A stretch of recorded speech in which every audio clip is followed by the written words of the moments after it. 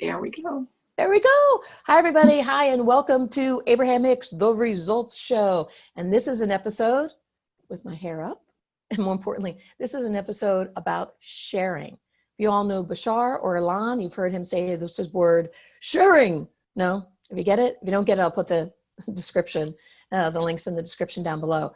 This is where I want to hear from other magical, wonderful people, hear their stories of amazing experiences, get to ask all the questions you all would ask if you were sitting across from asking questions. And then we can continue the conversation later on through social media and through YouTube comments, and perhaps even another live Zoom session. So who am I? I'm Sheila Sankar. I'm your hostess with the mostest, so to speak. I'm a 7-time hot seater. I'm a big Abraham fan. I'm always looking for things to raise my vibration. So when I hear amazing stories from folks, I've asked them to come here and be my guest and share these amazing stories with you all. Once they share their stories, we're going to delve back in to see what are the techniques, what are the things, what are the building blocks that got them to have this experience, so we can all have those experiences as well. And today, my guest is Melanie Hill. Hi, Melanie. Hello. Yeah, Melanie, we connected through Abraham Fun. It's this awesome Facebook group that Karen Money Williams had started with Mark Toms. And we connected on there, and I got to hear some of her stories. So I'm the host, but really Melanie is the star of this show. I'm going to let her go ahead and introduce herself to you all, and then we'll get started on her story. Okay, Mel. Thank you. Thank you. Thank you. Hello, everyone. I am a creative, and I would probably say that I lean toward art, but I'm also, I love coaching, and I love talking to people and working with people to bridge the gap between where they think they are and where they want to be. So, you'll hear a little bit more about who I am through my story. And, you know, of course, I'm open to questions through our host on anything that might be unclear or something that you want to know more about. Awesome. Thank you. So thank you for having me here today, Sheila. Yay, my pleasure. Today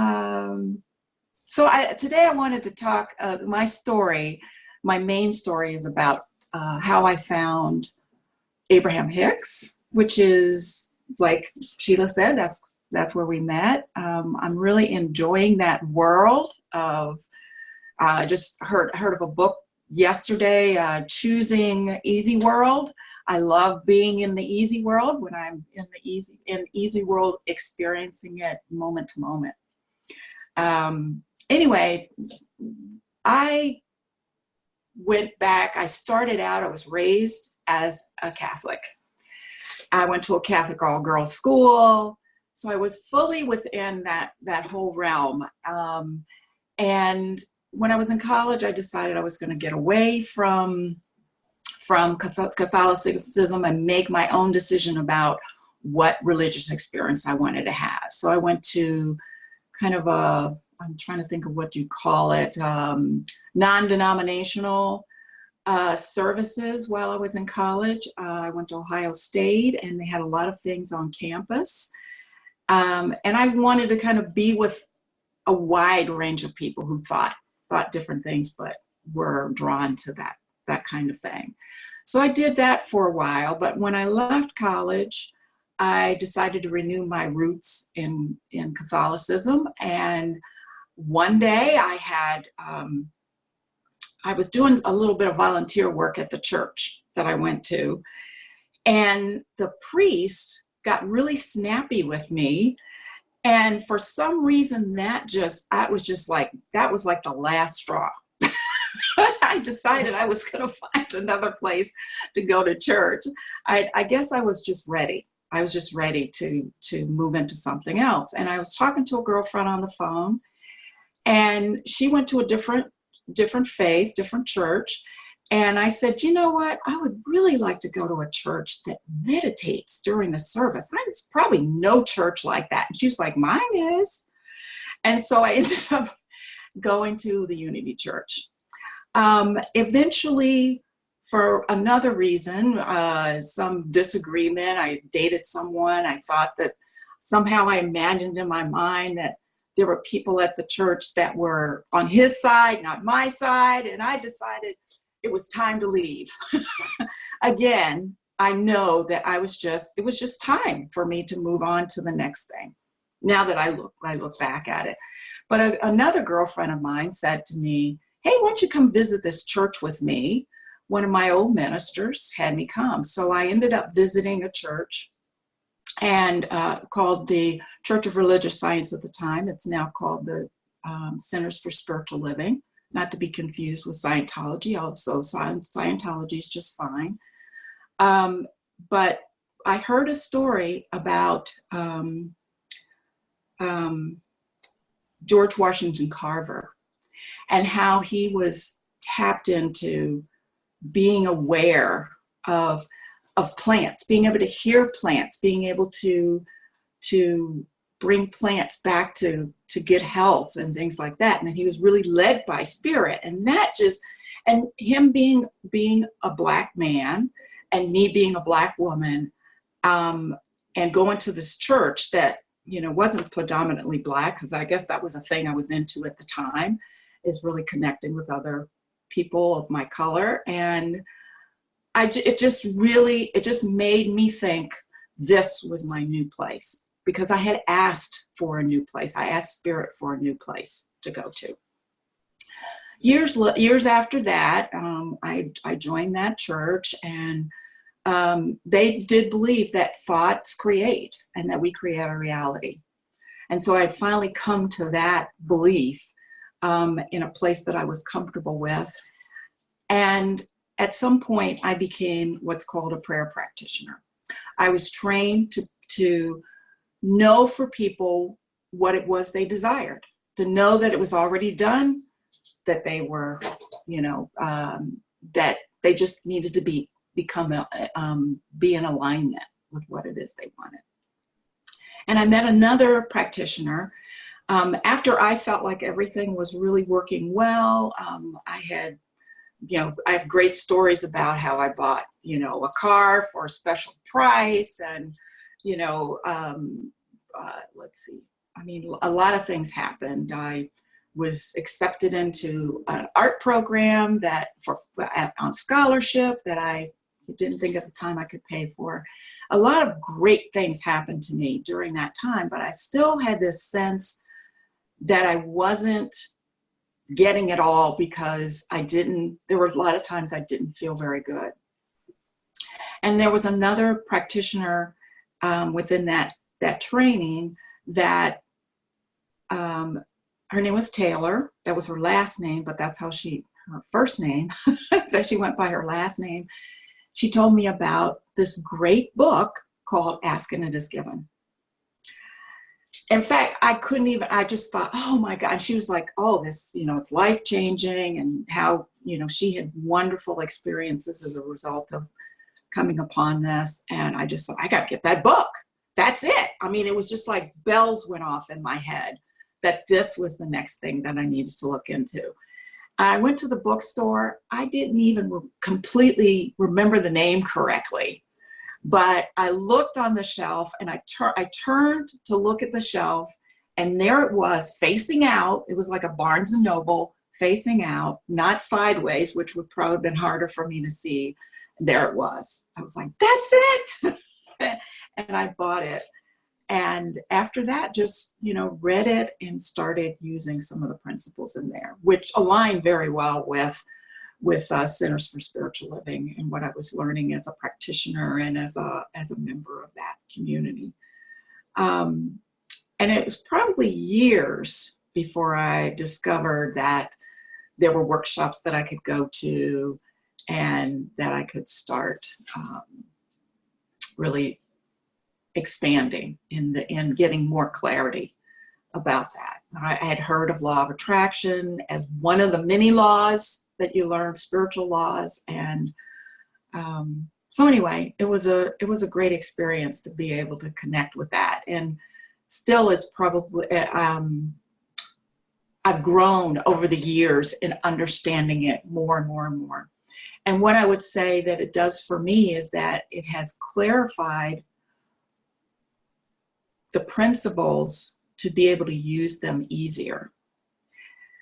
And it's gotten better and better and better as I've learned and gotten more clarity for that. So that's Wow. how I Wow. came across it initially. And That's awesome. yeah, and when I look back on it, I see it just made so much sense, that path that I followed to get there. And so I'm really grateful for that. So in the process of all of that, like I said, I'm also an artist.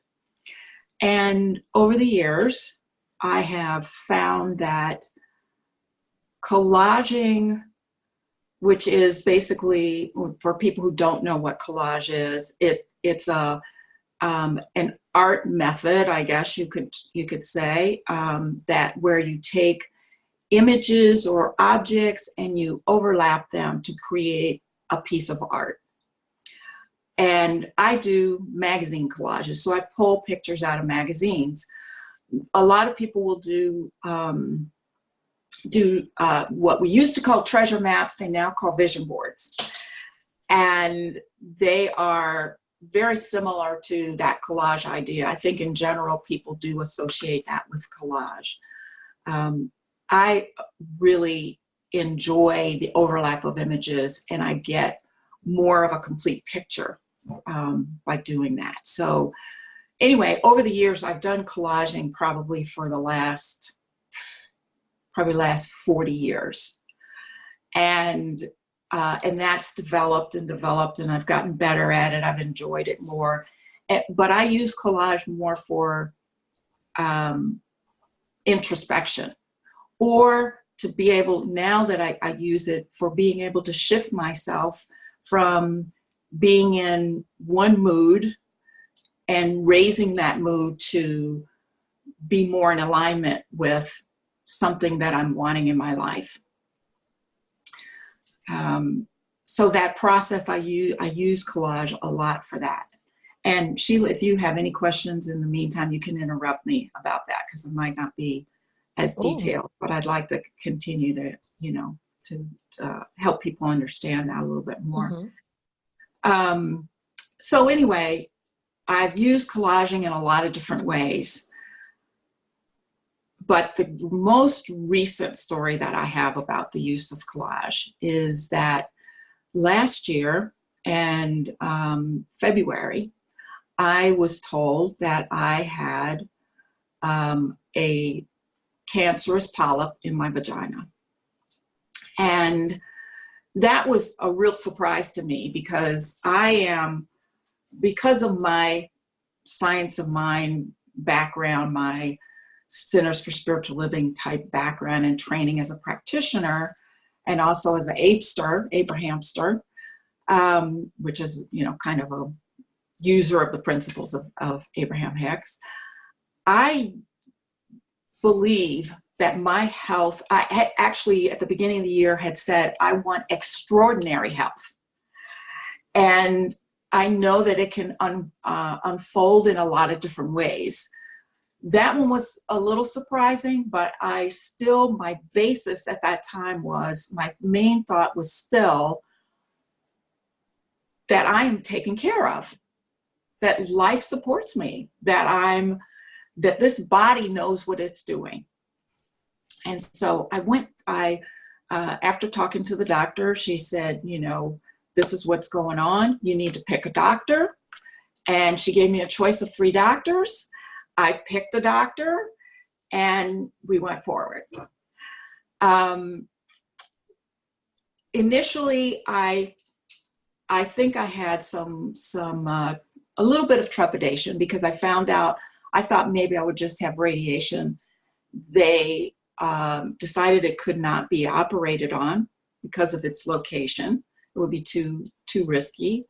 So I was going to have radiation and chemotherapy. And I think I was pretty wobbly about that at that point. They said I wasn't going to lose my hair. That was a relief. And, but I was a little wobbly because what I noticed was they delayed the start of it. And I was feeling very irritated about that and very uncomfortable about it and a little nervous that, is it going to progress before they have a chance to get started with the treatment and things like that. But as I went along, it did proceed. I did, and this is in combination with my collaging and with shifting my mind in other ways. But as I went along, I was heading on to my first visit to radiology to meet the radiologist, I think it was an oncological radiologist. And I had a little car accident on the way there. I moved over in a lane and the lady tapped my car. Luckily, there wasn't anything, and I shouldn't say luckily, it's more like I know that little bit gave me an awareness that I was a little off, and I was very jittery and driving there. I had that experience, but after I had shifted to feeling almost, I felt appreciative of technology, of having treatment that could happen right away, that they found it early. I mean, there were a lot of great things that had happened during that time, that I had a trip where I was in total bliss and I had one red light. I drove all the way from one end of Orlando to the other. And I only had one red light at the very end at my turn to the center where I was going. So just, seeing the difference between how my energy affected the experience that I had. The other thing is the other difference was I didn't feel, by the time I got to that place, I didn't feel, people talk about fighting and being a champion and fighting cancer and, bracing up. And I didn't feel any of that. I felt like I wanted to be in alignment with this process to best benefit me. So I didn't think about any of that fighting lingo or anything like that, although I heard people talking to me about that. And I would go, and there was I would look overhead, and while I was getting radiation, they had lights in the ceiling. And this unit, this radiation machine looked almost like a space thing. I mean, it was wild. It was just this really, I admired and appreciated the beauty of this thing. And I lay on this, the pad and get radiation, and there's changing lights in the ceiling and music. They asked you what music you wanted to listen to while you were getting radiation, and the staff was just great, and it was a nice, calm place to be.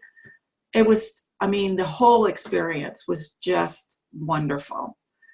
And so there's a lot of things that I can tell you about that, including having my assistant manager of the department that I work for was grumbling because I was having medical appointments, and I was asking to be, letting my boss know that I needed to be later or be scheduled differently or whatever. And so because she grumbled about it, somehow the suggestion came up to do FMLA, which is Family Medical Leave Act, which allows you to take your sick time for doing that. Otherwise, the company that I work for does not allow me to take sick time for appointments. So anyway, there were a lot of really great things that happened, but the next thing that happened was that I hadn't been doing chemo yet. They were concerned with my blood count was so low that they were concerned about doing chemo. but they needed the chemo for the radiation. And every time I went to see the radiologist, she would have this frown on her face because I wasn't getting chemo yet. And I wasn't feeling that comfortable about chemo. For some reason, radiation wasn't a big thing, but chemo, I don't know, I had something about that. So anyway, I knew that I had to get my act together in what I thought about chemo, or else this wasn't going to happen, or at least not in the best way that, I wanted it to. So, okay, I could think that this was a coincidence that they were delaying it, or I could take responsibility for my part in becoming aligned about it. So I did. That's when I started using collage, and I thought, okay, this is a really easy way for me to change my attitude about this. And so first I did a collage, and I haven't located the collage, so I can't show you right now, but I did a collage, which I can describe. It was, it showed Cuba Gooding Jr., who is an actor, who I thought just had the nicest face, and was titled, I want to make friends with chemo, or chemo, can we be friends? That's what I called it. And I realized later I did one, and then I did a second one. The first one I wasn't completely convinced, so I had to do a second one. But the first one, when I look at it, I'm thinking, well, I was kind of suspicious about nice-looking men. That's a story for another time. And Cuba Gooding Jr. is a nice-looking young man. And so I said, okay, I'm not quite convinced about this chemo being my friend. So I did a second one, but I was moving in that direction. So I did a second one that showed Shirley MacLaine and some other, like a warm puppy, and a fuzzy puppy that was being held, and some other images that really soothed me. And the wording said, it's all about enjoying. And that's where I made my shift. And at that point, things started rolling. They decided, okay, enough of this not being able to do chemo. We're going to send you a hematologist. And I went to the hematologist. Oh my gosh, this woman was so casual and so soothing and so funny and so uplifting. And she sat on the examining table and she said to me, I think this is just your normal. I say, go ahead with the chemo. If we need some infusion of blood or something to raise it up, we'll do that. Don't worry about it. And so that's what they did. They went forward with it, and or they okayed it, and I got prepared for that. And the process, of course, is this part of this change in how I felt about it. I called to find out what I needed to do to go to my first infusion session. And the lady I talked to, who is still actually my friend, said, well, you know what? You can bring your iPad, you can bring socks, you can bring a blanket. We have snacks here, but you can bring your own snacks. She says, kind of like, it's really fun, to do. And I'm like, really? And all of a sudden, it just turned around in my mind. This was my spa day, a 4-hour spa day where a staff is literally taking care of my every whim for 4 hours, and I can sit and relax, and I can do nothing if I want to. I can sleep, I can do anything. And that's what it became for me. It was my spa day. Every week I did it. And I sat and I talked to the staff. It turned out like I was almost the only one every single time I went.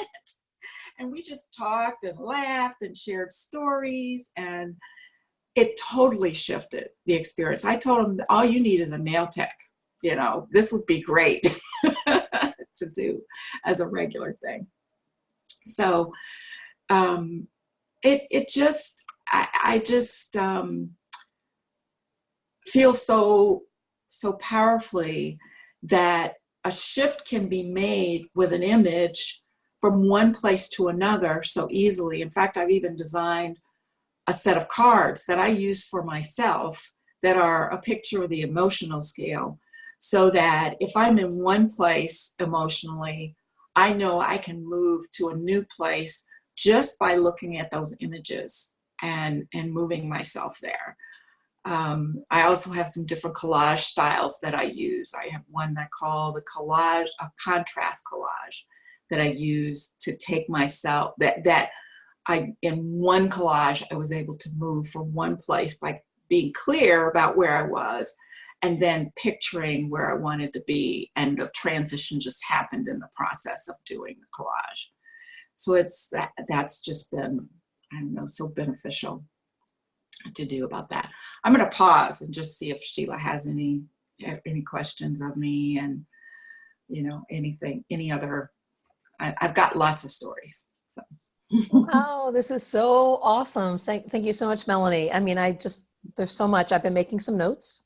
Okay. So while listening to you, because there's some things I wanted to go back to. I mean, this is really awesome. I love how you had set the intention January of that year saying, I want extraordinary health, like a big, pushed it out, and then apparently, according to at least the Abraham teachings, that was a big rocket of desire. And the shortest path was this seeming diagnosis, right? Because Abraham's really loosey-goosey about a diagnosis. It's just a snapshot in time. So something popped up. You wanted it. Your desire was so strong. It doesn't sound like you went in January. You didn't have split energy about it, right? So your desire was so strong to have this, that anything that wasn't at extraordinary health had to sort of pop up. Any resistance, anything had to sort of show itself. And so this thing showed itself. And I know it seems sort of odd. The people that are listening to this are probably Abraham fans. So they will think it's perfectly normal to be excited about something like this, to be like, oh, so of course the shortest path would be present something that seems a little scary, but what better if you can get yourself in alignment over that, and then you can allow in that extraordinary health. I love all the components of that. I had a similar, let me back up a second. I've heard people when they're in the hot seat and stuff talking to Abraham, and she'll say, well, or did you have a premonition, or did you create it? And so I'll tell you about my experience. I'm interested to hear your experience and what we know so far. So I had recently really taken Abraham's message about the several things I recommend we do every morning seriously, like meditation. Rather than just listening to the guided meditation in bed, I actually was getting out of bed and, getting out of bed and being in a place that's dedicated, to meditating. And what motivated me was I was feeling all this like electricity. It felt like I had my toe in the light socket. And it felt uncomfortable. Like it felt like that. And I was like, what am I putting up with this feeling? I was taking like over the counter. I was like ibuprofen. I was like, it took me a little while. As much as I think I'm clued into this, I was like, I'll deal with it vibrationally in a minute. Right now, the shortest distance for me, the passive lethal resistance, is to let me treat the symptoms, because I believe in the ibuprofen and I believe it'll ease it. And then at one point when I had some things I was focused on and some milestones. And once I came out the other side, I was like, well, okay, now I'm going to focus on this. And I was like, this doesn't feel good. And from what I've heard, it's them saying you're summoning a lot of energy, but you're not allowing it. So that's why, Esther had to get more into like the allowing state. And I was like, well, I'm going to get myself in that allowing state. How am I going to do that? And I was like, get back to basics. Like I had this idea, if I do the meditation, if I do my book of positive aspects, if I do those things, which isn't really, not asking a lot for somebody, clear your mind and then feel good, focus on feeling good. So I said, if I do those things, I know I'll feel better. So I really believed, it was like the placebo effect. I believe it would work. And after doing that a couple of months, this is just recently. So it's January of 2020. So this is just the fall of 2019. One day after meditation, I had a thought come into my head that was like, I wonder if death exists. I wonder if there's such a thing as death, because death hasn't really touched me in any way.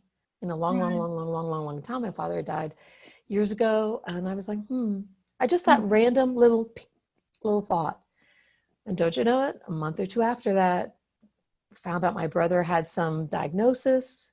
He ended up transitioning. There's a video about me talking about the wonderful, positive, uplifting experience his croaking was for me, the glimpse I got of whatever that contact high of well-being that, and thinking back on it now and having heard on a recent one that I listened to recently of Abraham, premonition or creation, I was like, originally I looked at it as a creation. Like I thought to myself, well, I was wondering about, does death exist? And then I had this experience with my brother, which solidified, excuse me, for me, that it didn't seem like there was any death going on. It seemed like the next step, and it seemed pretty awesome. And it seemed like continuing living, although not focused in this, in a physical body, in this physical form. Not that he's not focused. It still doesn't quite feel like a death to me, even though Like, I was there when, it didn't feel like an end. That's a good point. Didn't feel like an ending. It felt like a change, but not an ending. So I had thought to myself, I created that somehow. Then listening to the Abraham tapes recently and thinking about it a lot, I think it was a little more of a premonition about where my energy was headed and what events, and kind of a glimpse further down the road. My inner being had a little glimpse of what was coming. And so then I got to sort of muse. I was more musing about something, which my path, which it was just a wonderful experience. So it's the kind of experience that felt life affirming to me. And just like you're saying, when you're receiving the treatments, it was a spa day. It was life affirming. It was, you're the only one there. You got to build relationships with these people. So I wonder, for you, how do you feel about it? Does it feel like your declaration of wanting extraordinary health, did that feel like a received thought, like a premonition, or was it more like a creation?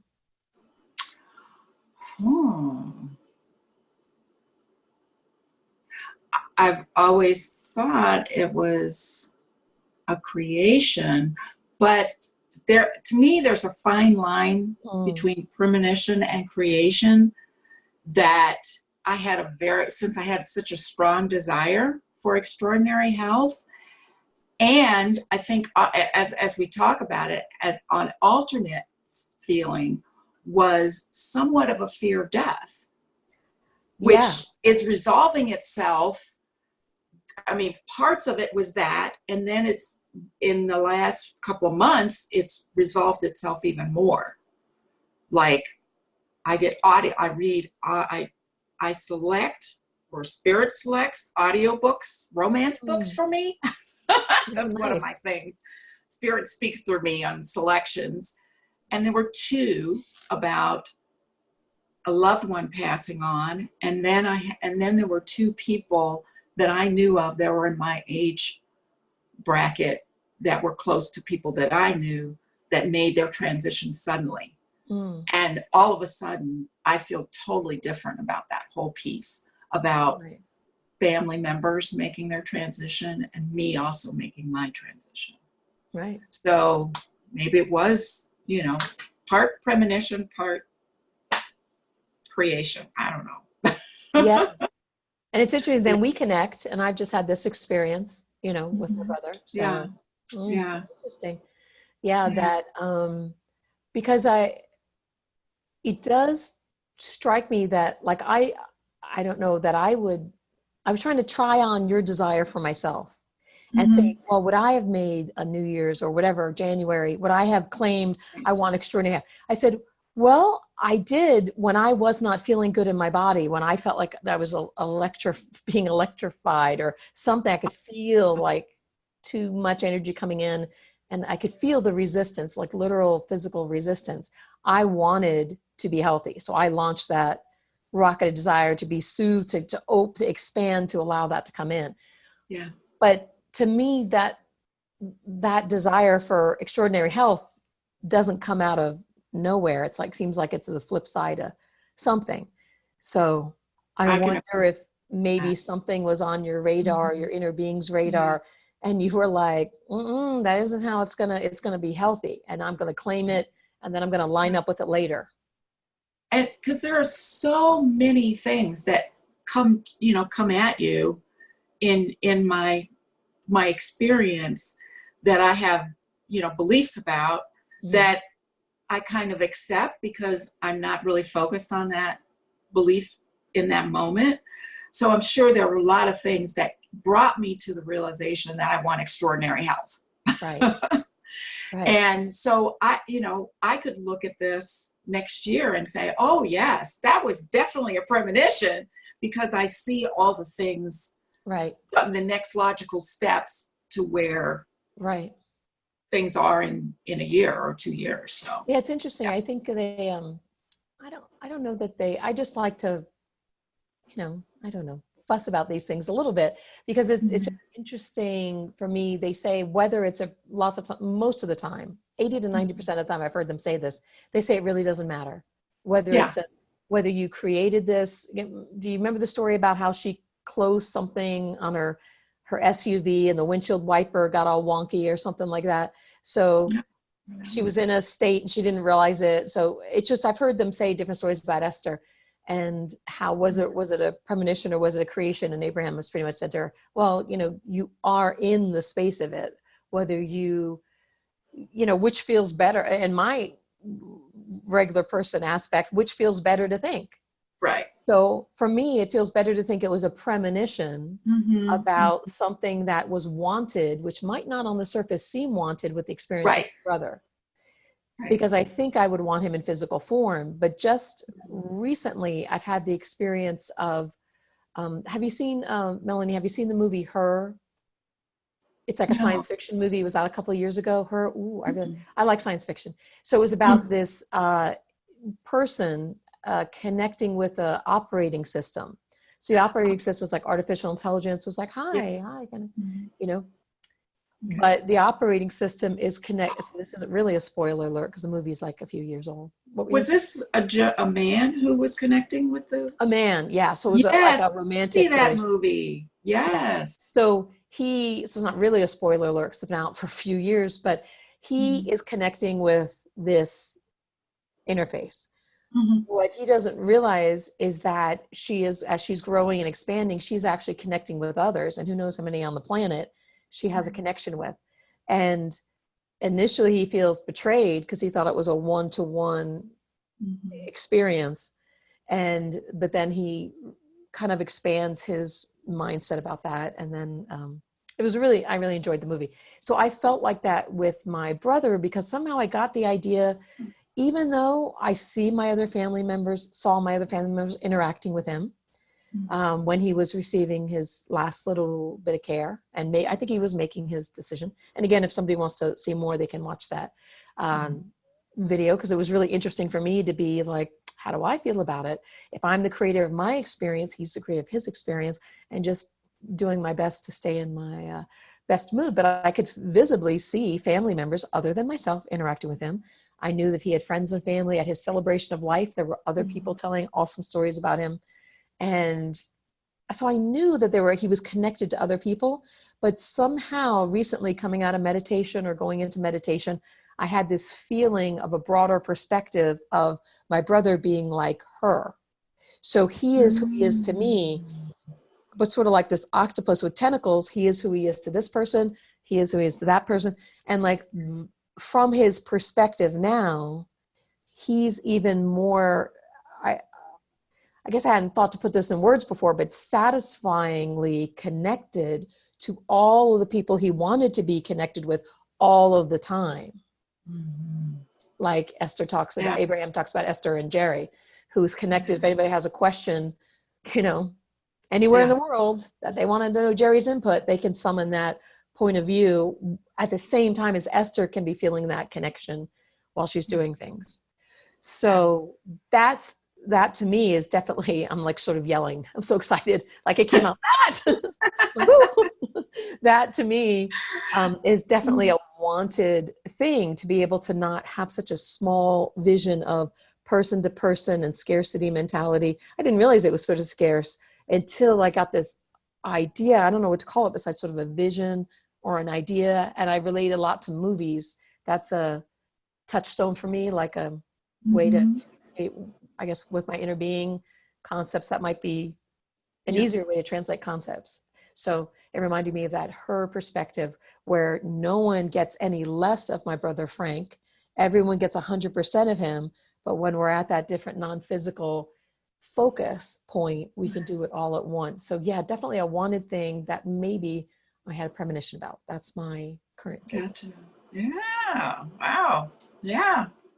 Absolutely. Yeah. That's So that, but I did have some more questions for you. So what I really liked about your story is it was clear to me as you're telling it, there is contrast that turns out to be like a directional, a pivoting point, you know, like whether it was from some things you mentioned about your upbringing or like choosing a family and a certain religion to be born into, you know, that, and any organized religion is going to be a little bit like, it's our way and no other way, you know, so that's interesting in a limited, you know, sort of scope. But it seemed throughout the story, let me see if my notes about the contrast, like from the, let's see, you had the diagnosis. I loved everything about it. I loved all the part about when you had the, let's go, if we can go back just chronologically to start with how you found the Abraham stuff. So I liked it when you're doing the Center for Spiritual Living? Yes. That's what they're called now? Okay. So I wrote down the words ask it given as you were speaking, because that seemed to be what was going on. And then I was really thrilled when that's what you said was the book, and that's what led to it. Because I was like, oh, we must be on the same wavelength, this conversation.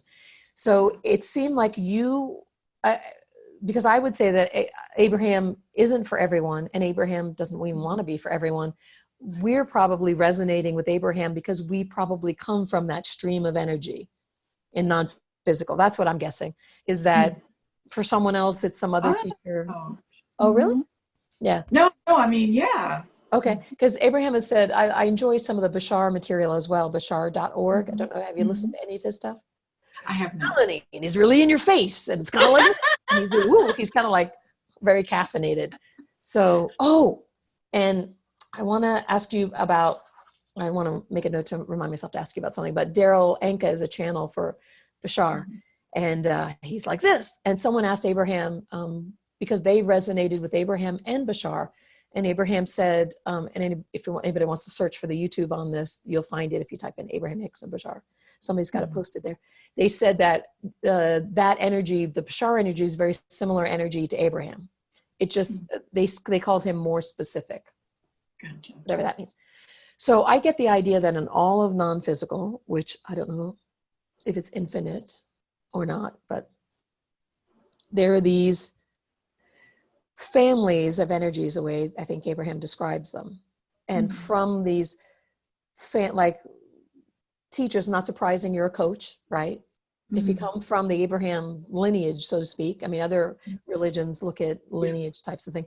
It wouldn't be surprising you're a coach. I've been a corporate trainer, now I'm a coach as well. So, you know, Abraham's teachers of teachers. So it's not surprising that we, you know, when it goes up, that we like Abraham, because they identify themselves as teachers. And so then we come into physical experience, if this is how it works. It seems like we sort of probably came from this family, the stream of energy that has similar intentions. However we set those intentions, I don't know yet. However, us as non-physical set those. How it all began, but just coming into it like mid-season, like we're watching a TV show, and mid-season episode, I'm thinking we probably came from them. And that's why to myself, and it sounds like for you as well, Abraham felt like a homecoming. Like it felt like, oh, well, now this is the real deal. And because you would ask specifically, I'm imagining in your asking, even when you were studying the Center for Spiritual Living, you wanted something that told more the whole picture, but you wanted something that was in alignment with what already you liked. Yes. That resonated. So you didn't want to attract something that would be so contradictory, that would take you away from it. You wanted something to supplement it. And it sounds like the Abraham material did that. Wow. I wanted more clarity that I could live. Yeah. And I guess clarity, that's kind of contradictory, but, saying the same thing in two different ways, but I get it. It just gave me so much more practical, right. Even though there were practical things in Sinister Spiritual Living approach, these were like, okay, so concrete for me and so simple. I mean, just to say that I changed how I feel, shift how I feel to be in alignment and feeling the way I would feel if I had this thing. That's like, simplest of simple, meditate for 15, 20 minutes. The simple, what do you call it? Calm your mind, quiet your mind for 15, 20 minutes. That's like, I mean, you can't get any simpler than that. Yeah. Some people are saying right now, if they're watching this, they're saying, but it's not easy. So some people have the idea it's not easy, but it gets easier. It does get easier and easier. You just have to go into it saying, if I get 10 seconds of whatever, what I started, I was very kind to myself starting meditation. I just started with the guided meditation, easy peasy. I was just really I didn't have big expectations of I was going to completely empty my mind. I just eased into it. I think that's the key. When it gets hard is when I'm not being good to myself. I'm not being easy on myself. Right. As generally when it's hard. Yeah. You just take what you get. So when I'm really nice to myself, like I would be to someone else that I care for, then that's, I have that experience. Yeah. That's awesome. I wrote down the contrast. I like it when, like it came from people being cranky, like the priest was cranky and you were like, that's it, I'm on to something else. And then there was something with some guy, then you're in kind of the new place and there's something with a guy and you're like, that's it. So you're using this is my belief system. I believe I kind of go to Bashar about 10% of the time because I believe everything's a reflection of an externalization of my beliefs. Mm-hmm. So everything I interact with, if I'm interacting, having a pleasant experience, I take credit for it because I'm like, oh, I must be having good feeling thoughts about myself. I must be feeling very deserving because I'm receiving this. So in Bashar speak, it's like there isn't any other. It's all a reflection. You're pulling out of others what you're emitting. Right. So then when things are a little wonky, then I'm like, someone is not treating me with respect. And sometimes I'm like, well, I don't know if I care about respect. And so I have it activated, or if I believe I'm being disrespected. But somehow I have respect activated. Right. And you are showing me, and I'm going to use this contrast, and I'm going to work my way up the emotional scale. And it sounds like that's what you did. You were like, okay. Yeah. Exactly. I'm going to take that and it's giving me an indicator which feels better to do. I'm going to use that as an opportunity to, of course, I didn't know at the time. I was just like, fed up. It's all outside. What's going on outside. Right. Is what's causing me to do something different. Right. But it was still an awesome survival technique, right? Because it feels better to be anger and blame on the emotional scale. Always feels better. Starts to, fear and insecurity and other people, and they're doing something to me. So you worked your way up the vibrational scale. And then when you got anger or blame, it felt better. And then you were inspired to the idea to leave. Now, maybe you could have worked your way through irritation which I have done recently, with where I work now. Right. When I've been frustrated with a manager, I shift that to actually what I did at the time was I would do positive aspects of that person. Yeah. That's positive aspects about my job. That's nice. Positive aspects of my day.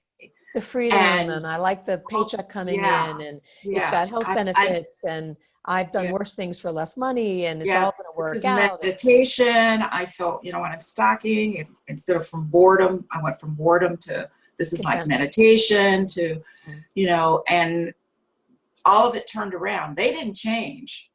Now I've got my old store manager's telephone number. He tells me, text me, let's go to lunch, and my other manager who's like friended me on Facebook now that he's not my manager anymore because he can't really do that when he's my manager. He's, I'm keeping track of him on Facebook. So, so now when I Awesome. even get into a fix like that, I say to myself, oh, they're going to love me. Exactly. They're going to love me. And Exactly. I don't take it so seriously. No, it's like, there's something going on. Let me clear up what I'm expecting. Clear up. But sometimes Right. it does feel, sometimes I like to catch myself when I'm angry about something or blaming. Now, it doesn't happen often. Most of the time, I'm in a really good mood. I spend a lot of my time content and bored is my new, like where I've sort of gotten myself. I'm content and then a little bored. Then I spike up to somewhere, maybe passion, and then I'm back to content and then a little bored. And maybe I dip to overwhelmment or something, but it's really, I'm really pleased with myself that I'm spending much more time in the upper areas. Yeah. But if I do find myself being all spun up and angry, and I'm like, oh boy, I must have felt fear about something. The only reason it feels so good to be angry about something or blame somebody else is because I had some kind of fear or insecurity or unworthiness, any of these false beliefs.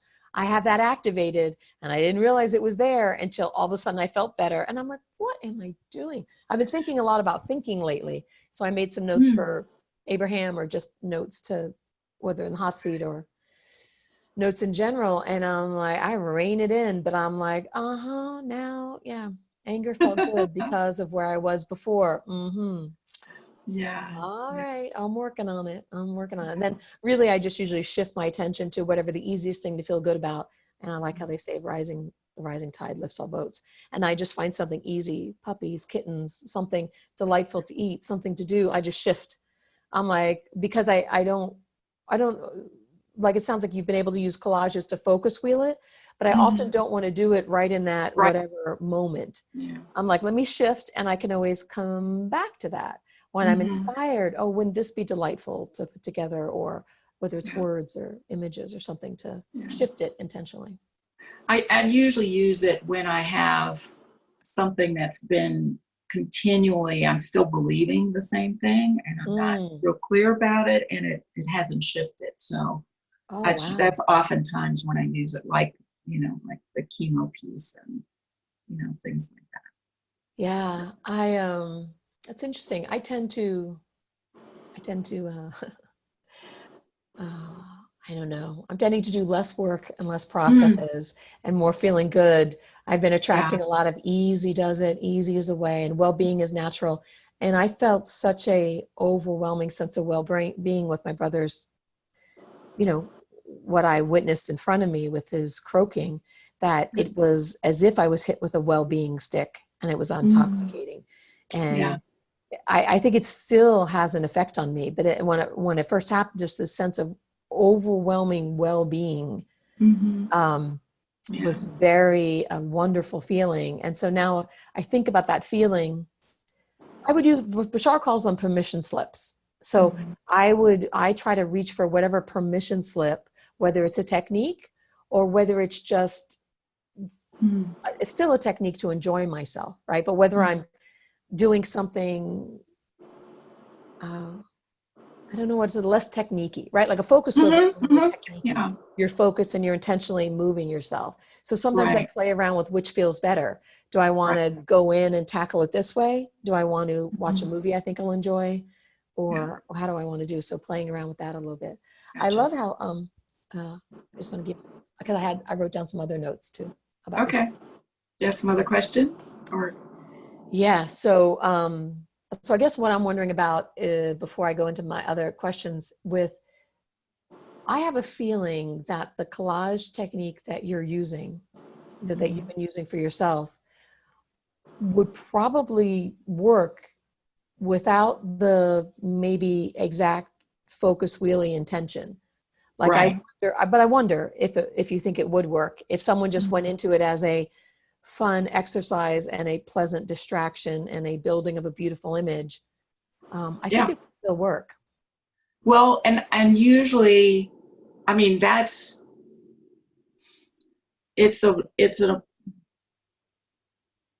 trying to think of how, oftentimes, even if I go into the intent, I'm not,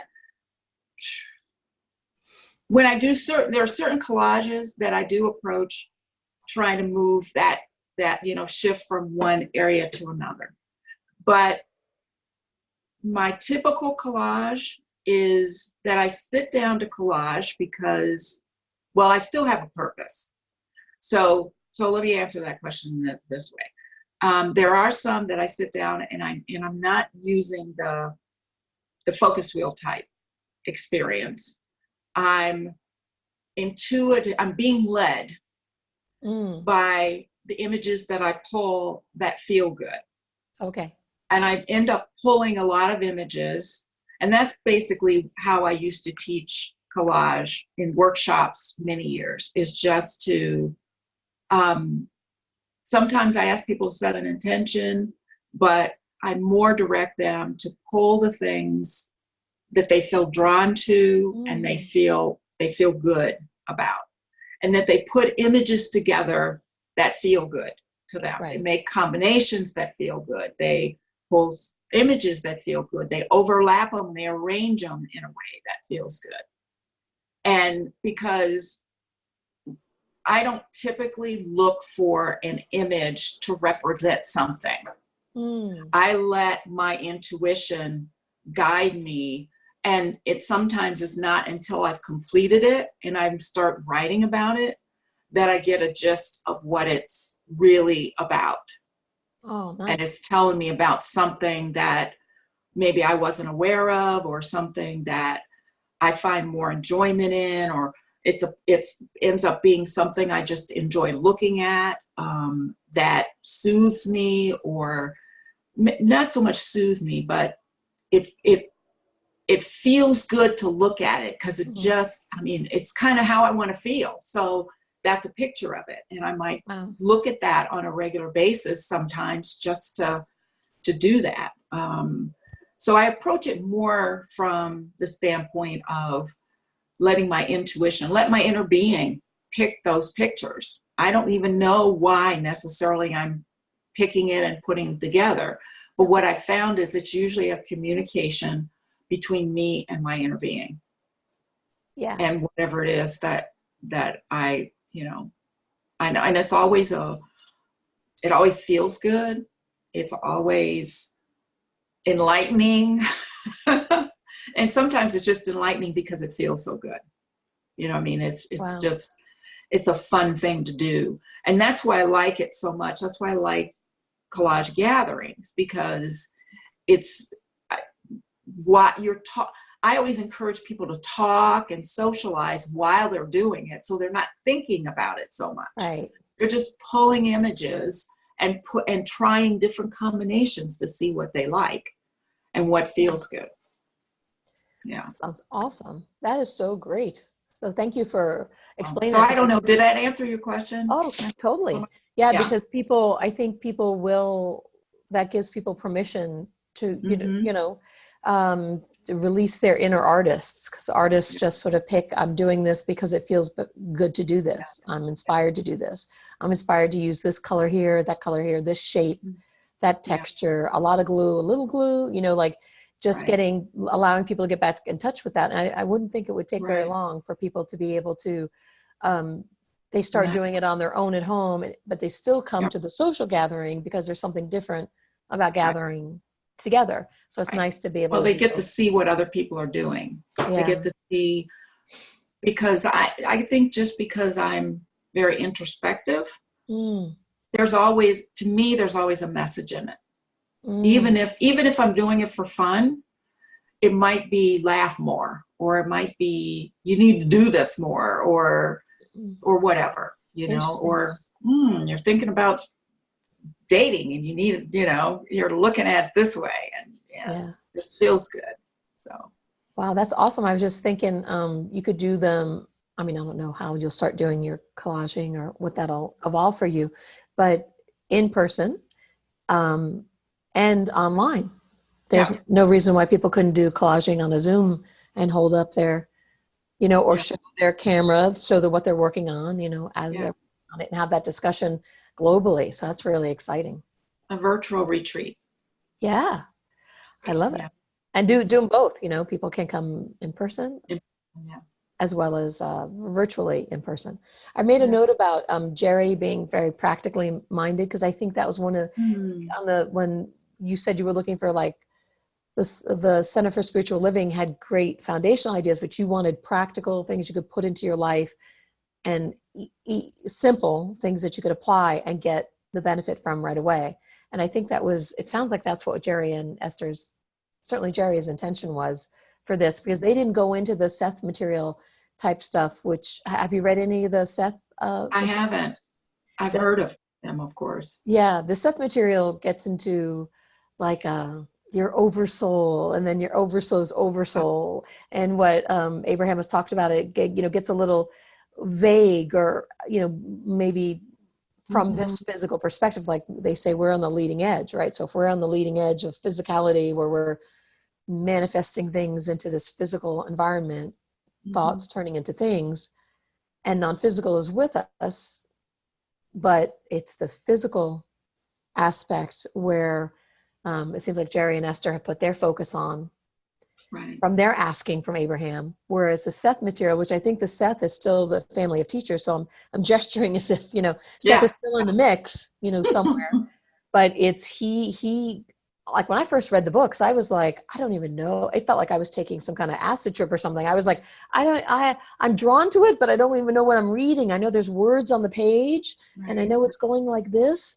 but what is this? So it's been interesting over the years to look back every now and then and read it. And I think it's because whatever the people who were, what are their names with Jane Roberts and Jane Roberts and Robert Butts, I think. Oh, there were two people? Yeah, because it was Jane Roberts that was the Esther portion, and then it was Robert Butts that was the Jerry portion. I think I'm remembering that correctly. And then so he would take notes, and this is back in the 70s and stuff. Yeah. So handwriting them and then typing them up and all that. They were into like this more, I don't know, ethereal, or not so focused on practical, physical, everyday stuff. I guess Seth had given some advice about, don't have the refrigerator in the bathroom. Like in New York houses, sometimes you're kind of the wiring, and especially in the 70s, you're stuck with, there's the 220 outlet, and that's where it is. I don't know. I think this is the way I'm remembering the story that Abraham told. Like, they were like, why don't you do this? And they never took Seth's advice. They weren't really in this, physical world so much. They were both artists, and she was a poet, and she was very, light and airy sort of, so that wasn't their interest. But it seems like Jerry certainly, and Esther, a cooperative component, were interested in practical things people could do to make money, to have their health, to have this, so these handful of things, relationships that would really serve them. So I'm not surprised that you would have attracted their material, because that's in alignment with what they definitely.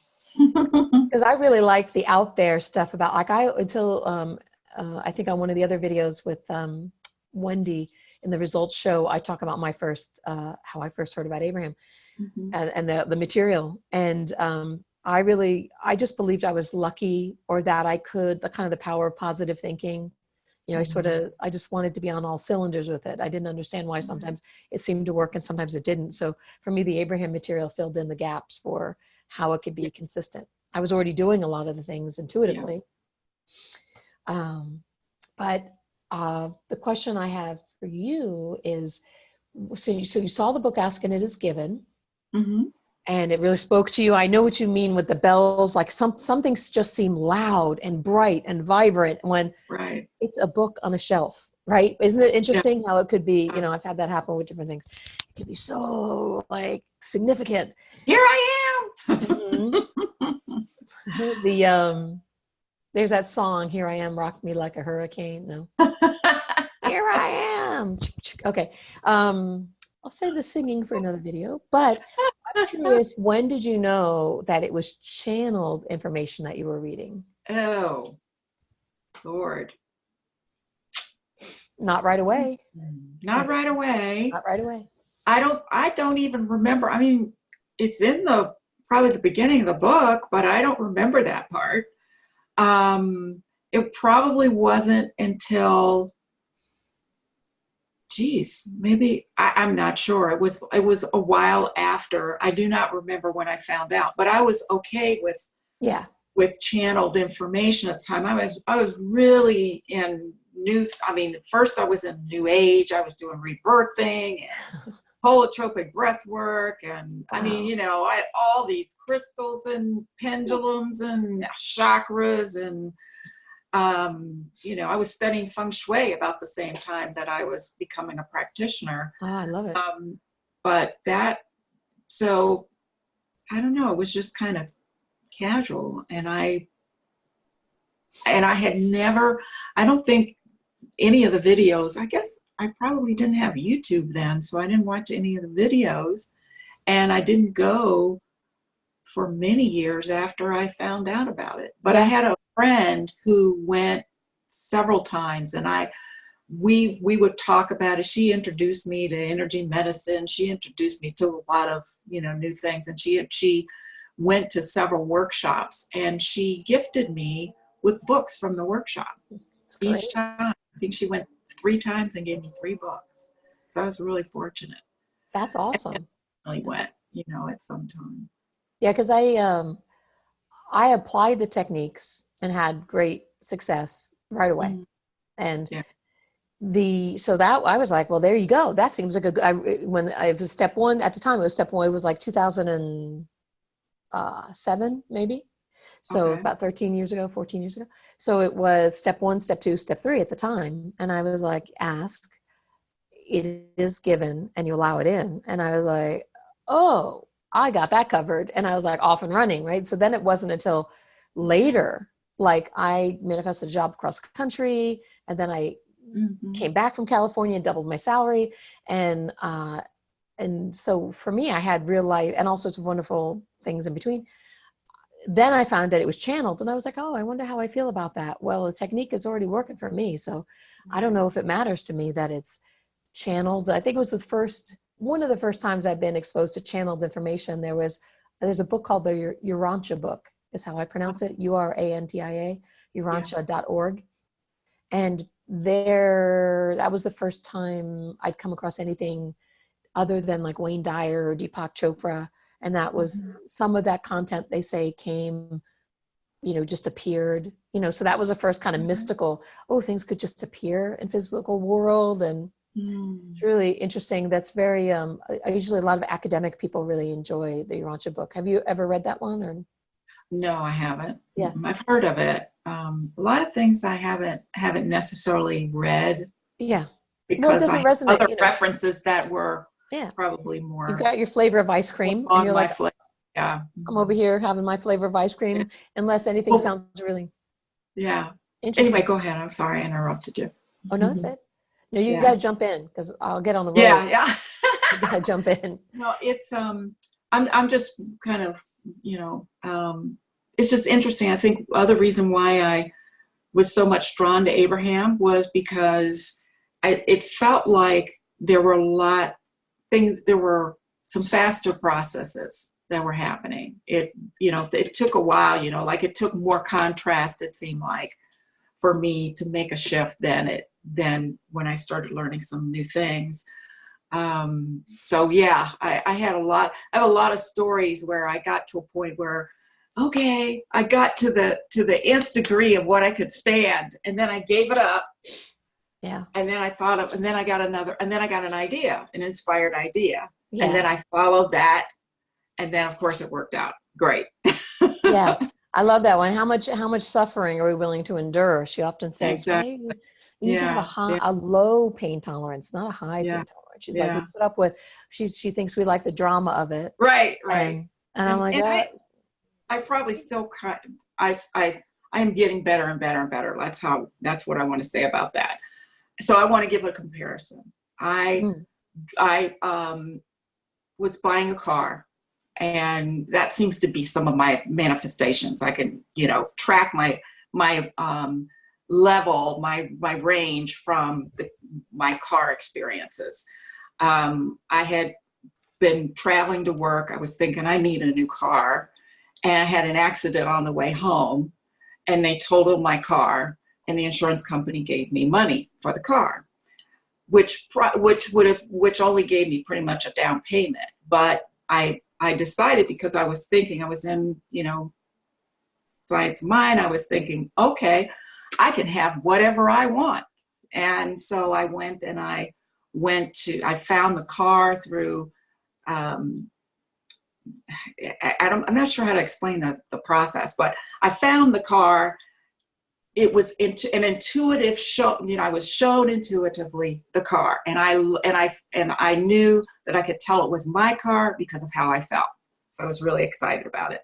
Went through that process. Didn't know how. I found the car, liked the car, didn't know how I was going to pay for it, and ended up going to the library. I'm asking Spirit, show me what I can do, and I went to the library. Found a book on leasing by accident. It was laying on the table. Wow.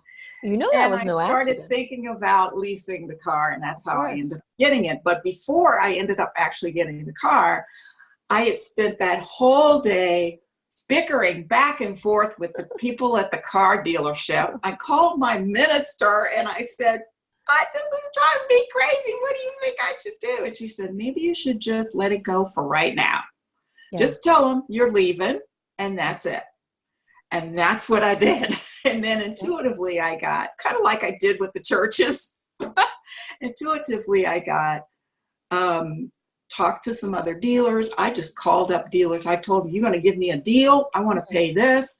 I'll come to see you and I'll buy the car from you. And I found a dealer that was willing to do that, got it all set up. In fact, I totally forgot about it. I had an appointment 2 weeks later, almost missed the appointment because I totally let it go. Yeah. Went over to him, got the car, loved the car. Yeah. My last car I bought, I knew I was going to need a new car. I was going to get a loan from my bank. My bank said, nah, you don't have enough history for us to really give you a loan. And so I was like, oh, okay, all right, fine. I forgot all about it. And then the next year I called my company's credit union. And just to kind of get started, I thought I'll get the kind of credit card where they only put a certain amount of money on it and you have a small limit. And if you pay it, it builds up, your history. And they'll give you a credit card. So I applied, got an account. They said, well, while you're doing this, we're going to have to check your credit rating anyway. Why don't you say that you want to ask about a car loan?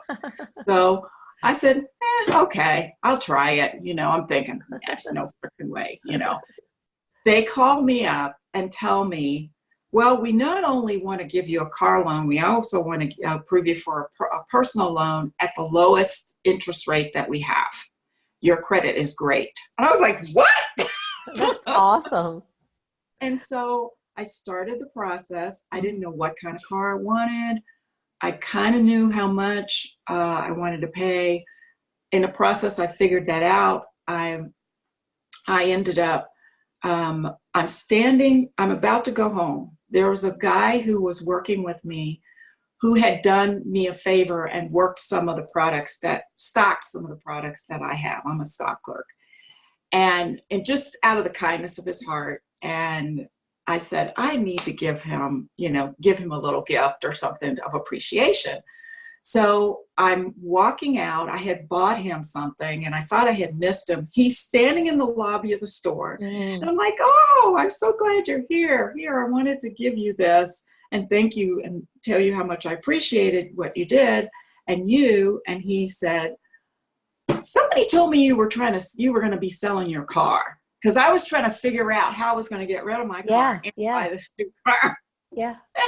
And I was like, yeah. And then that same evening, I walked out to the parking lot and I saw the car I wanted. It was owned by a guy who was also working at the store, who worked in another department. And so in one day, I figured that out. Of course. The person who was the credit person kept telling me, oh, well, you're not going to be able to get anything less than blah, blah, blah, and that was not in the budget that I had planned on paying for it.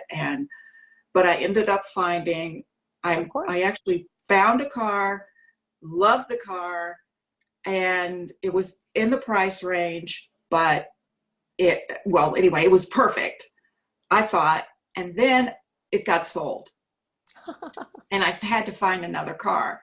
The one I found, same year, same attributes, different color, but half the mileage of a car Wow. age. Wow. And at the perfect price. In fact, they went down on the price that the next week after I had seen it, and all of it worked out, of course, and it Right. was perfect. Yeah. So yeah, it's Just compare how easy and fun, like pushing against the previous story about pushing against like as if they're the only source, as if that's the right, only way you can get a car. right. You know, And I had a thought that I was going to, that instead of someone being straight with me, they would try to manipulate me. Yeah. That was the belief I had in my head about car dealers. Right. And so that's what I got. Right. Right.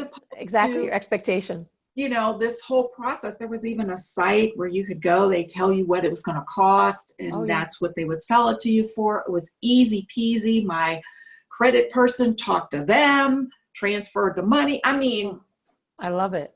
It can be a whole lot easier than we sometimes it can be easier. Imagine. It can be easier.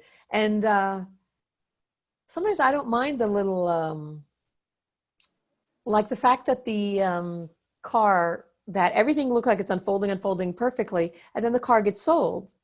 So I'm sure you did this as well. You think to yourself, well, then something better is coming because this is all unfolding so easily. So maybe it's going to be even better.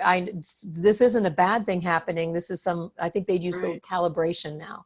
This is a calibration to what is really wanted. Because as you went through the process, you felt one way at the beginning of the process, right? So you lined up with the car, but then you were feeling better and better and better and better. So the universe had to give you something that's even more in alignment, which low mileage. Good point. Yeah. Yeah, I made a good point. There you go. So I just thought of it, right? You were feeling better and better, so you had to even get something better. And then maybe if you could have gotten yourself feeling, next time you tell the car story, you'll be gifted a car or 10 cars or use of cars without even having any monetary exchange. But they'll be yours to use as long as you want. So I like opening my mind to that anything that's happening, and Tony Robbins has said this, and Abraham, supports this idea. Life is happening for us. It's not something happening to us. It's happening for us. We're getting these little nudges. Like when you had that little car accident, the fender bender kind of thing, just a bump that helped you be like, okay, I'm a little jittery. I want to get in alignment. And you really got it together in in a very minor, it was something that got your attention, but it didn't have any long lasting effect except for your change in vibration. Yes. Yes. And that whole treatment period lasted 7 weeks. That was it. It was done. Wow. 7 weeks in the spa. 7 weeks in the spa. I didn't even have 7 weeks in the spa. I only had like 4 or 5 weeks. 4 or 5 weeks in the spa. Well, because they didn't do it the first few weeks because of my blood. That's right. That's right. Not where they liked it. Yeah. But all that was, to me, it seems like kind of, you said it was where your belief systems were, that you weren't so sure about chemotherapy. Now, who knows, maybe there's an option. Everyone has to feel it for themselves. Maybe there's an option that it could have recovered, or if something in the future happens, maybe just because they believe it's a cocktail of radiation and chemotherapy, that doesn't necessarily mean anything's true, right? It could be, but if your beliefs were, this is what I believe, if I believe something is going to be ultimately helpful for me, but I'm nervous about doing it because I also have some other beliefs which are taken out of alignment, but I ultimately think it's what I want. That's what it sounded like was going on with you. You believed it, that they believed it, and you could get your mind around that they believed this cocktail, this combination was going to be successful. You just wanted to get yourself in alignment so you could allow it in. But that little procrastination, with, your blood level supposedly wasn't right, or what they want. I love the hematologist that comes in as a cooperative component. Once you got yourself better about it, you get this hippy dippy hematologist like, that's you. That's your normal. Let's just go ahead and try it. We can adjust it along the way, do a mid-course correction. No big deal. And then you go into it with it. Well, they're the authority. So I would have been so proud of myself. Look, I attracted this doctor that's more like my inner being. And now I go into it really lighthearted. I get to have that treatment. I get to believe in it. And awesome. And, Wayne Dyer had been diagnosed with leukemia. And I believe he used Right. that as an opportunity to follow his beliefs about all is well and da da da da. And the family has said that although Wayne left physical form, well, Mhm. croaked, Mhm. so he's not operating this lump of flesh, Right. his lump of flesh anymore. Um, the family, I believe they had an autopsy done so that they could show that there was no trace of leukemia in his body. Yeah. Wow. If you Google that, you'll see that. It's really awesome. Yeah. So Wow. I believe we can be happy, healthy, happy, healthy, happy, Yeah. healthy. I'm Yes, complete. yes, yes. And Yes.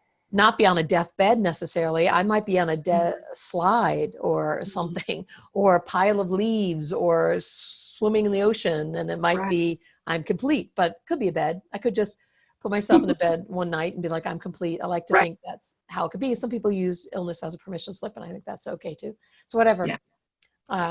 I'm just saying what might feel nice for me, but I like that about Wayne Dyer, because I think he really got his mind around the power of his mind and healing his body and using it just like any kind of, like a thought champion, like Yeah. using any kind of thing, whether it's a financial situation or a medical situation, whatever seems to be an external situation, using that as an opportunity to focus. And then any bumps along the way, seeming bumps, are really just a way to recalibrate or get more skin in the game, or get a little Yeah. get you more Yeah. focused. Yeah. I think I definitely ramped up through that whole experience, Yeah. and not, like I said, not as a warrior. Right. It was a whole experience of bliss. I Yeah. mean, I know. there was a lot of time in there where it's like, in fact, when I was done with it, I was like, I'm not in this bliss Missing. anymore. I know. I know. You I know? get it. I was like, my brother can only die once, because that was an awesome experience. That was awesome. Can we do, because it was awesome. And I was intoxicated for a long time afterwards. Yes, And I was yes. like, well, I don't want to be the death whisperer. I don't want to be looking, Right. I'm not going to go into hospice, to Right. have this experience of the well-being and to see that. But what I decided to take it as, because in the beginning, it felt like a peak experience for me. And it Yes. sounds like this allowing this well-being for you was a peak experience. And I told myself, when I started coming down from it, and then I made the video to tell the story. I talked to friends and family about it. I wrote about it a little bit. I just was milking it and milking it and milking, because it felt so good to talk about it. I said, let me do that. And let me share it again. Let me reactivate it. Bashar has said, and again, I believe this is sort of, I say Bashar or Abraham, but to me, it's my higher self. I'm using these people, these vehicles, to reflect back to me the things I already know, but I came in with the idea of forgetting it and relearning it. Kind of like you're at a ski resort and you decide to get some night, you decide to get in a hot tub. So you get into the hot tub, it's nice and warm. But after a little while, you get back out and sit and look at the snowy edges and look around and get cooled off, then you go back in. So I believe we came into this physical experience to say, what's that like to be cold again? What's that like to be warm again? Kind of this moving through. What's that like to forget I'm source? What's it like to remember it, that I'm source? And so how nice it is to keep, it's like being able to be a little hungry and then having a meal, then a little hungry and then having a meal. So even though I'm making it sound like Abraham says, I really just look at it as, people say a lot of things, but I'm connecting with it because it has something in it for me, and maybe it has something in it for you and folks that are watching. But so Bashar says that when we remember an experience, we're at the same energy level that we were at the experience. Okay. Even if it doesn't feel like that. What's happened, it hasn't been that time has diminished it, or we are not in that high place. It's that we are even higher than that. Right. So this is normal now. Yeah. So exactly. So what I've decided is that peak experience was my brother giving me a glimpse of, this could be how you could feel all the time. Why are you not allowing yourself to feel that all the time? This could be, you could feel this sense of well-being all the time, and then go up into passion and exhilaration and enthusiasm and all those other things. Well-being might be my contentment. So what I'm experiencing as, it seems like a peak experience, might actually be my new low at some point. My new bottom might be that satisfied, content. I like that. Yeah. That's going to be my made up story. Yeah. Yeah. I like Well, why not? And make it true. We get to tell the story. So, because otherwise it feels like a peak experience that you're like, but I want another peak experience. Yeah. And I'm like, I well, was you are going to like have that for a little bit. Yeah. Yeah, it's a little like for me when I started coming down from it a little bit. And because for me, I was blown out sort of in and I don't know if this is true for you, bliss to me feels a little more general, not very focused. So I was very general and like everything is going to work out. Like I think people take drugs to try to feel the way, I felt sometimes. I'm like, and I can't blame them because I'm like, everything's going to be fine. Yeah. Everything's fine. And time felt expansive. Yes. There was a feeling of get something done during a certain time, do this, do that. I mean, I have created a wonderful life for myself so that I have these free-flowing times and I do what I want when I want. And so I was able to just sort of linger in that all is well and I'm doing what I want, whenever I want. And then I had I'm in a graduate program to learn how to design courses online. And I had this distant, echoey memory of wanting to work on those projects. But my instructor knew about the transitioning of my brother, and so she'd allow me extra time. And I told her, no, it's awesome. So, but I needed the extra time, excuse me, because it's not for the reasons that people might traditionally think I need time from grief. I needed the extra time to sort of come from being general to being able to focus on an assignment and a due date on a page. I needed it to come down from the intoxication, but I took the extra time either way, because her intention was for me to grieve whatever time I needed. Right. And even if it was to grieve, I don't know her belief system. Right. Yeah. It doesn't for whatever. Because my excuse me, in the beginning I tried to let me back up. I don't interrupt myself. So it doesn't matter to me so much. I still receive it as time, expansiveness. It doesn't matter how the intention was to be set. I'm receiving it as expansiveness. But in the beginning, I have to admit, like right after he croaked and the nurses were talking with me and things, then they would say, I'm sorry for your loss. And I'd say, oh, I felt compelled like Tourette's to say, it doesn't feel like a loss. It really doesn't feel like a loss. Like I felt the need to correct them. So like it felt important to me to say that. It didn't feel like I came out of my intoxication. But I did felt like I need to clarify this point for you. It still feels very much alive.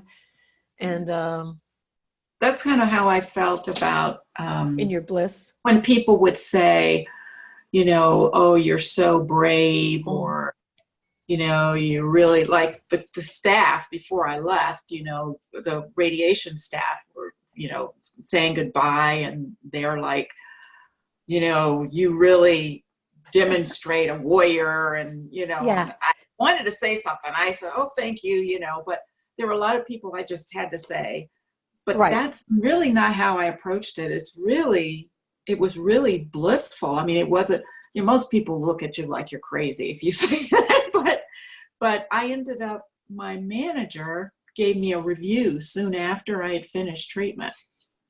And he gave me the highest level that you could get in terms of a review.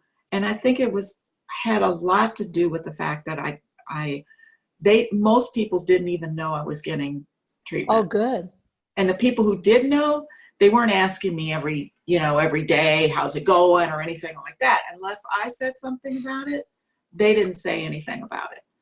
And so they ended up, it was, I think my manager was probably surprised that I wasn't out sick, I wasn't, a lot of things didn't happen that I think they expected to happen. And I felt good, very, throughout the process. So it was kind of a cool experience. Wow. I mean, I like how you were able to let some of that go. When they said warrior, you just let it just go. That's your word. That's the best word they have to use. They practice that word. They have that. Sounds like you did. Not that there's a better or worse, better than I did. I really felt like whenever I heard loss, oh, it's really not a loss. But I did do that. Oh, okay. I did have those kind of conversations with people because I felt like it was important. Right. It sounds like you were able to be more There'd be another selective. perspective, you know, Yeah. that there's another way to do it. That's when I was talking about kind of my joy story, that my joy is the key. I really came out of that experience feeling like joy was the key.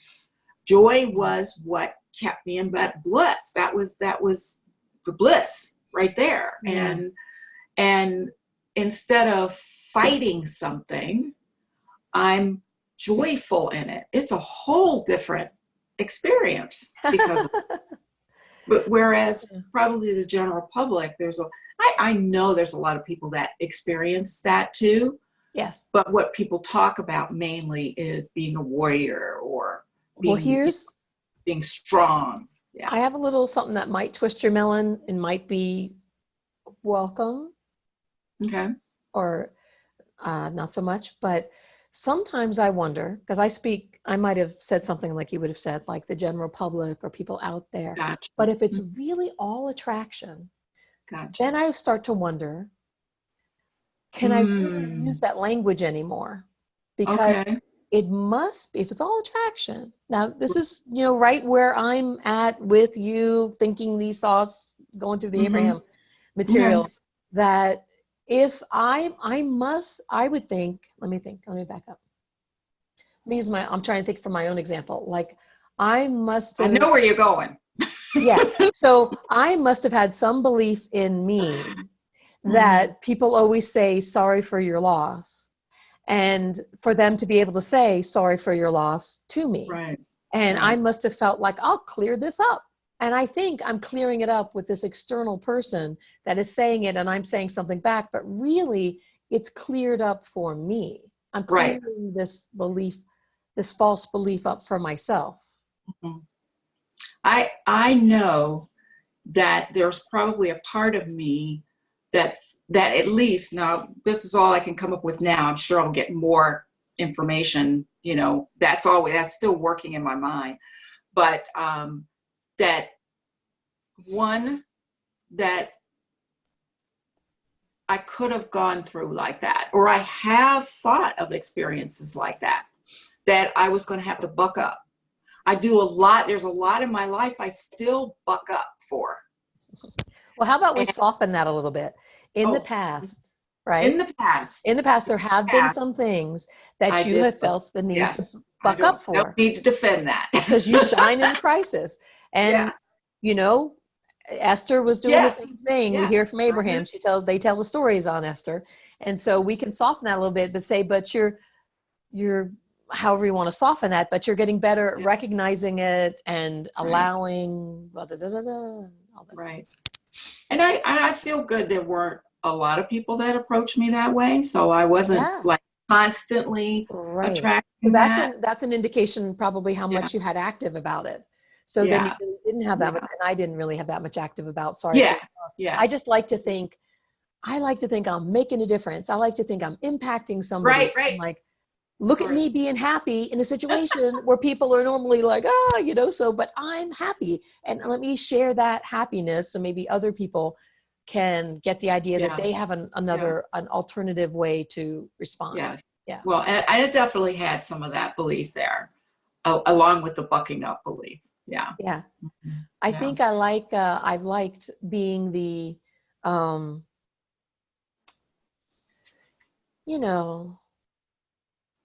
like feeling like I get this material. I like feeling like I have a good life.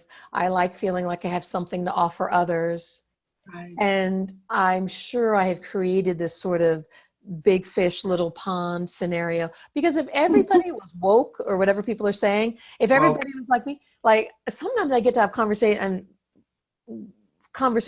This is delightful conversation. First of all, Melanie, so thank you for being available for this and to be able to, I really enjoyed hearing your stories and even working through like new thoughts about them. And as Abraham would say, we're on the leading edge.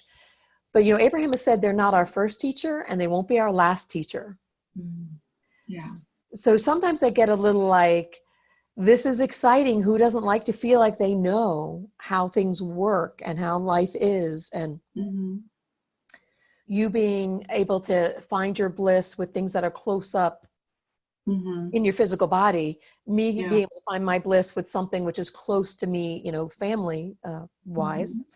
And, but I'm wondering what is like the next, you know, what will the next thing be? Because if we're, you know, because it's, but Abraham would probably say, don't worry about it. Are you, they would probably ask me, are you blissfully happy every moment? Are you, where are you doing this call from? Are you doing this call from a yacht where you're in the Mediterranean or whatever, and in a bikini and a little sarong thing with all the jewelry I might want to wear with, in a, I don't know, whatever, you know, I'm going to do this call and then I'm going to dive into the warm waters of the Mediterranean. Which maybe it's not Mediterranean. Maybe we should pick Australia. Living the life. Living the life. Australia, wherever it's warm right now. Yeah. So I'm happy, but Abraham probably said, don't worry about whatever's next.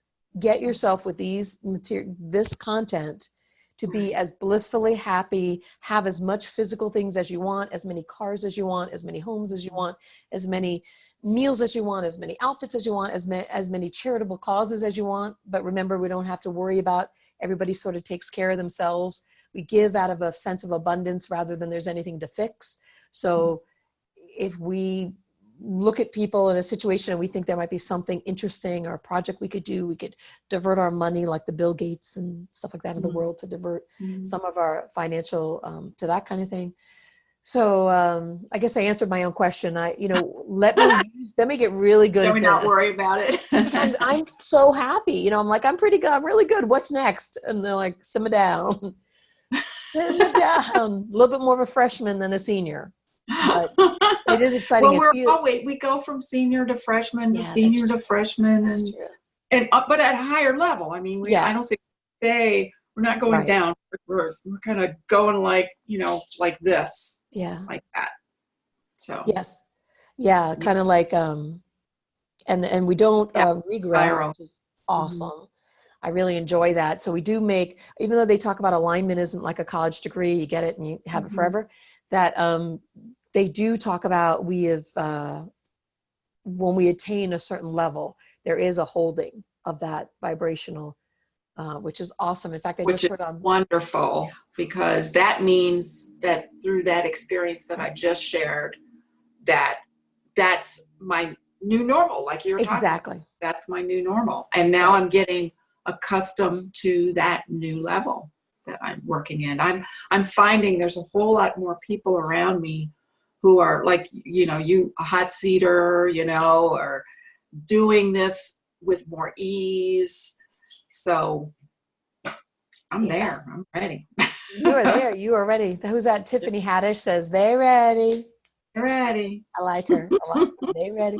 So it is. And this is the first of the interviews, the sharing interviews about hearing other people's stories. This is the first one. So I appreciate, Melanie, you being available for the first one of the sharing stories. It was really awesome. And I think a lot of people will enjoy hearing that somebody could have a close up to them physical thing after just so clearly declaring to the universe that's what they want. Have a physical thing happen and then be able to move through it with just bliss and grace and enjoying and just that's even possible. Yeah. And then not even worrying, because Abraham says they could be ready to put a toe tag on our toe. And if we choose vibrant health, because they say every death is a suicide, that we're always given the choice to continue, or there's probably lots of options, that however it looks on the outside to the people that are in physical form, that it is a choice from the individual. And it's a choice close to something they're being called to, rather than they're away from something. So like, I believe my brother was called to this, got glimpses of it. He was kind of making his mind up. And then, I mean, I listened to Death and Dying YouTubes after the experience, and because I was like looking to find some additional content for myself. And they said that when we're in non-physical, we could refocus ourselves to feel and seem like we are in physical form. Right. Oh. But we usually don't do that. Yeah, I'll see if I can find that for you. I would love to see that. Yeah. Yeah. So it's one that's just an audio that somebody put pictures to, but I'll find that. Let me write that down. Where I'm on a little pen. I love any kind of stories like that. That they're what we consider maybe to be over the top, but it's just the truth. It's just the way it works, and that any of that. I mean, who is it? The woman that Wayne Dyer kind of discovered. What's her name? Louise Hay, maybe. Louise Hay. No. I didn't know he sort of. Anita Moorjani. Oh, okay. I'm not. Do you know her? She had a near-death experience. She had, major cancer, tumors all over her body. She was basically on the operating table and died. And she came back. All the tumors went away. And today she talks about that experience.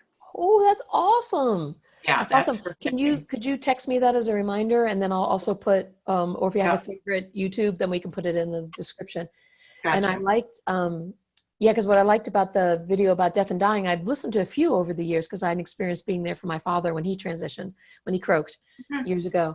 And so it was a little bit on my radar, but this was new to me that we could, in non-physical, if we wanted to, we could sort of refocus ourselves, not necessarily, I'm saying in physical form, maybe, okay, but that we could sort of, because we get expanded to who we really are, right?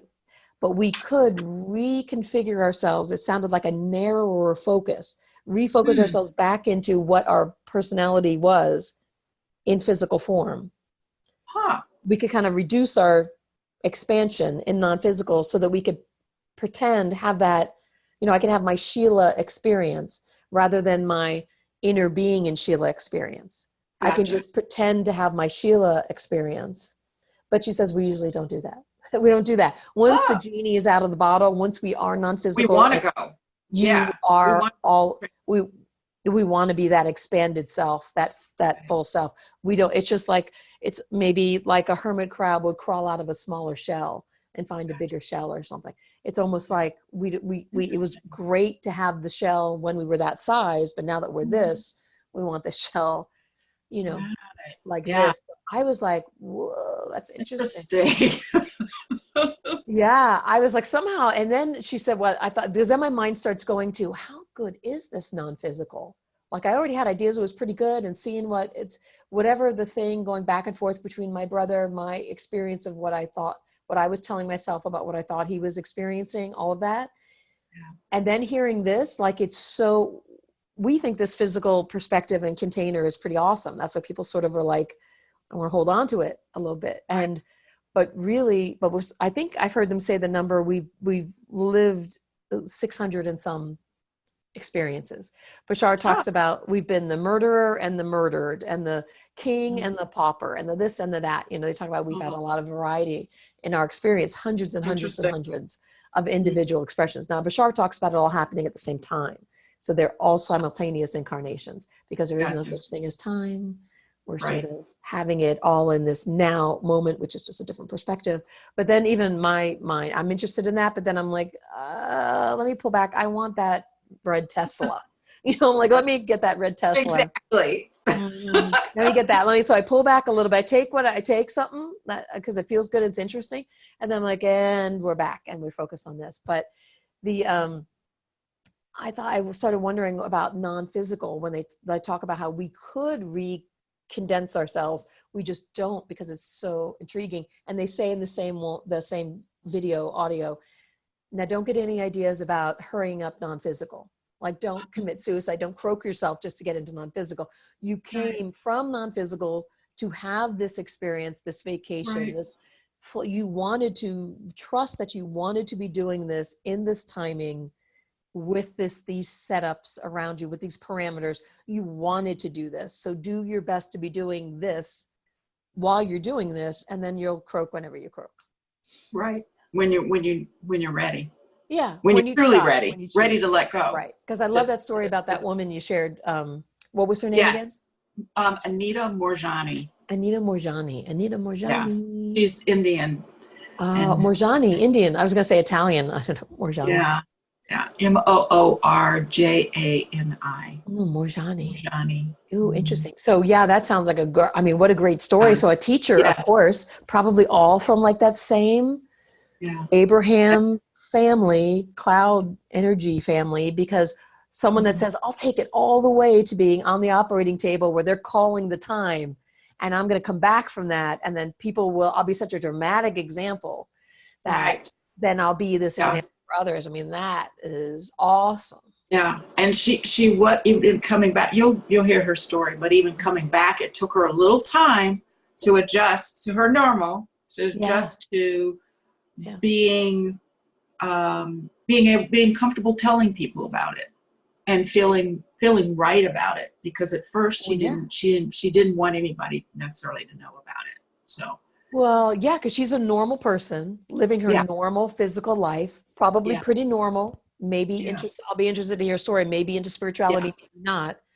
But still, it would feel, I can imagine she wouldn't have her sea legs, right? Like Esther didn't want to tell people. Said to Jerry, "Let's keep it a little bit amongst ourselves." And so acclimating. It feels. I think that's all part of the acclimating to the energy. Sure. Like she just wanted. Maybe she wasn't holding onto the podium like Esther, in the beginning, or sitting in the chair like Esther has told the story in the beginning, or Abraham has told for Esther. That, but it was still, she felt like, I'm not quite ready I don't have my mind around this energy yet, so I don't want to have anybody. Well, because it's basically her story. She doesn't channel, but she is, talking about what she learned. Yeah. In that near-death transition that she didn't make. So there's no. It's very interesting. I think you'll enjoy it. Yeah. She does a weekly podcast. Oh, awesome. Or video on YouTube. And I heard you say she's not channeling, but maybe. Well, she still, I'm sure, feels her connection. Yeah. With, in this physical form, she feels more of a connection than she did definitely beforehand, because she talks about how she was so cut off.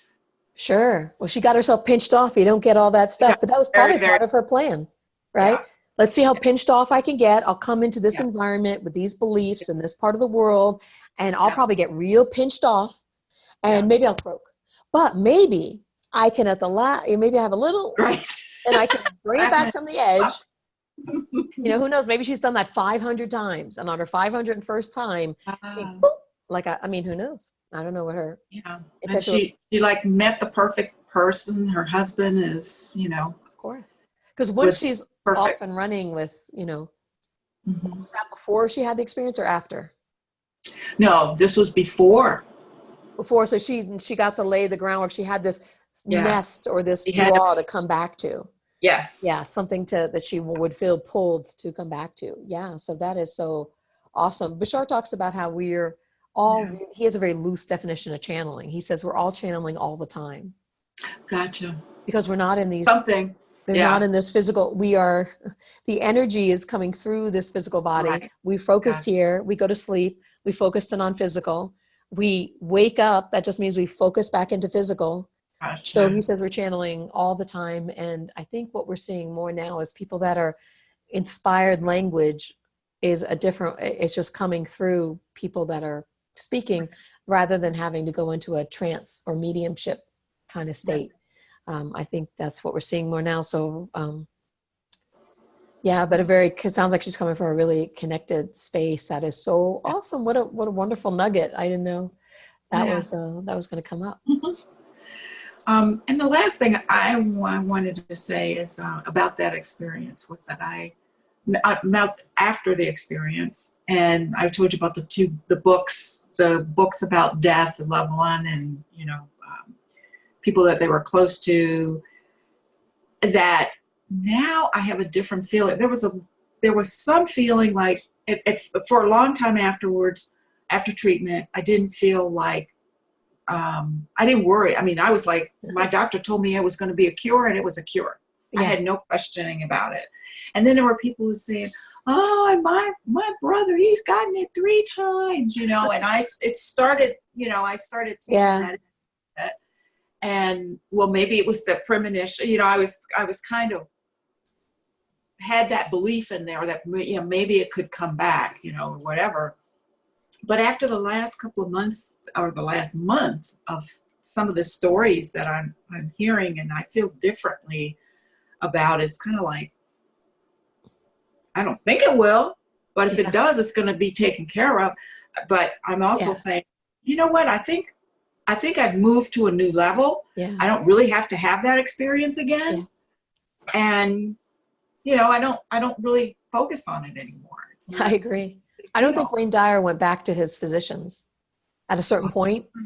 You may want to check out his story, because I think he has some talks about it. I think at some point, now everyone has to decide, I'm not giving any medical advice to you or to anybody.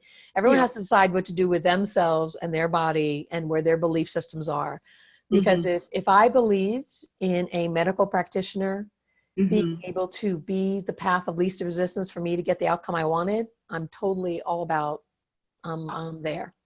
Yeah. But if I feel I have it covered and going to being checked or rechecked has anxiety, then I feel out of whack. Abraham's talked to a lot of people about that, and they've often said, well, who's to say you have to, why do you have to go back to that? Could you get yourself in the best feeling mood? Could you make it if you're going to go, make it like a day that you do all this other stuff in addition to it, and acknowledging I'm using this as a focus point, just like use the initial diagnosis as a focal point to get the bliss. I'm going to do this, having this external, yay, you're clear, and ring the bell or whatever means something.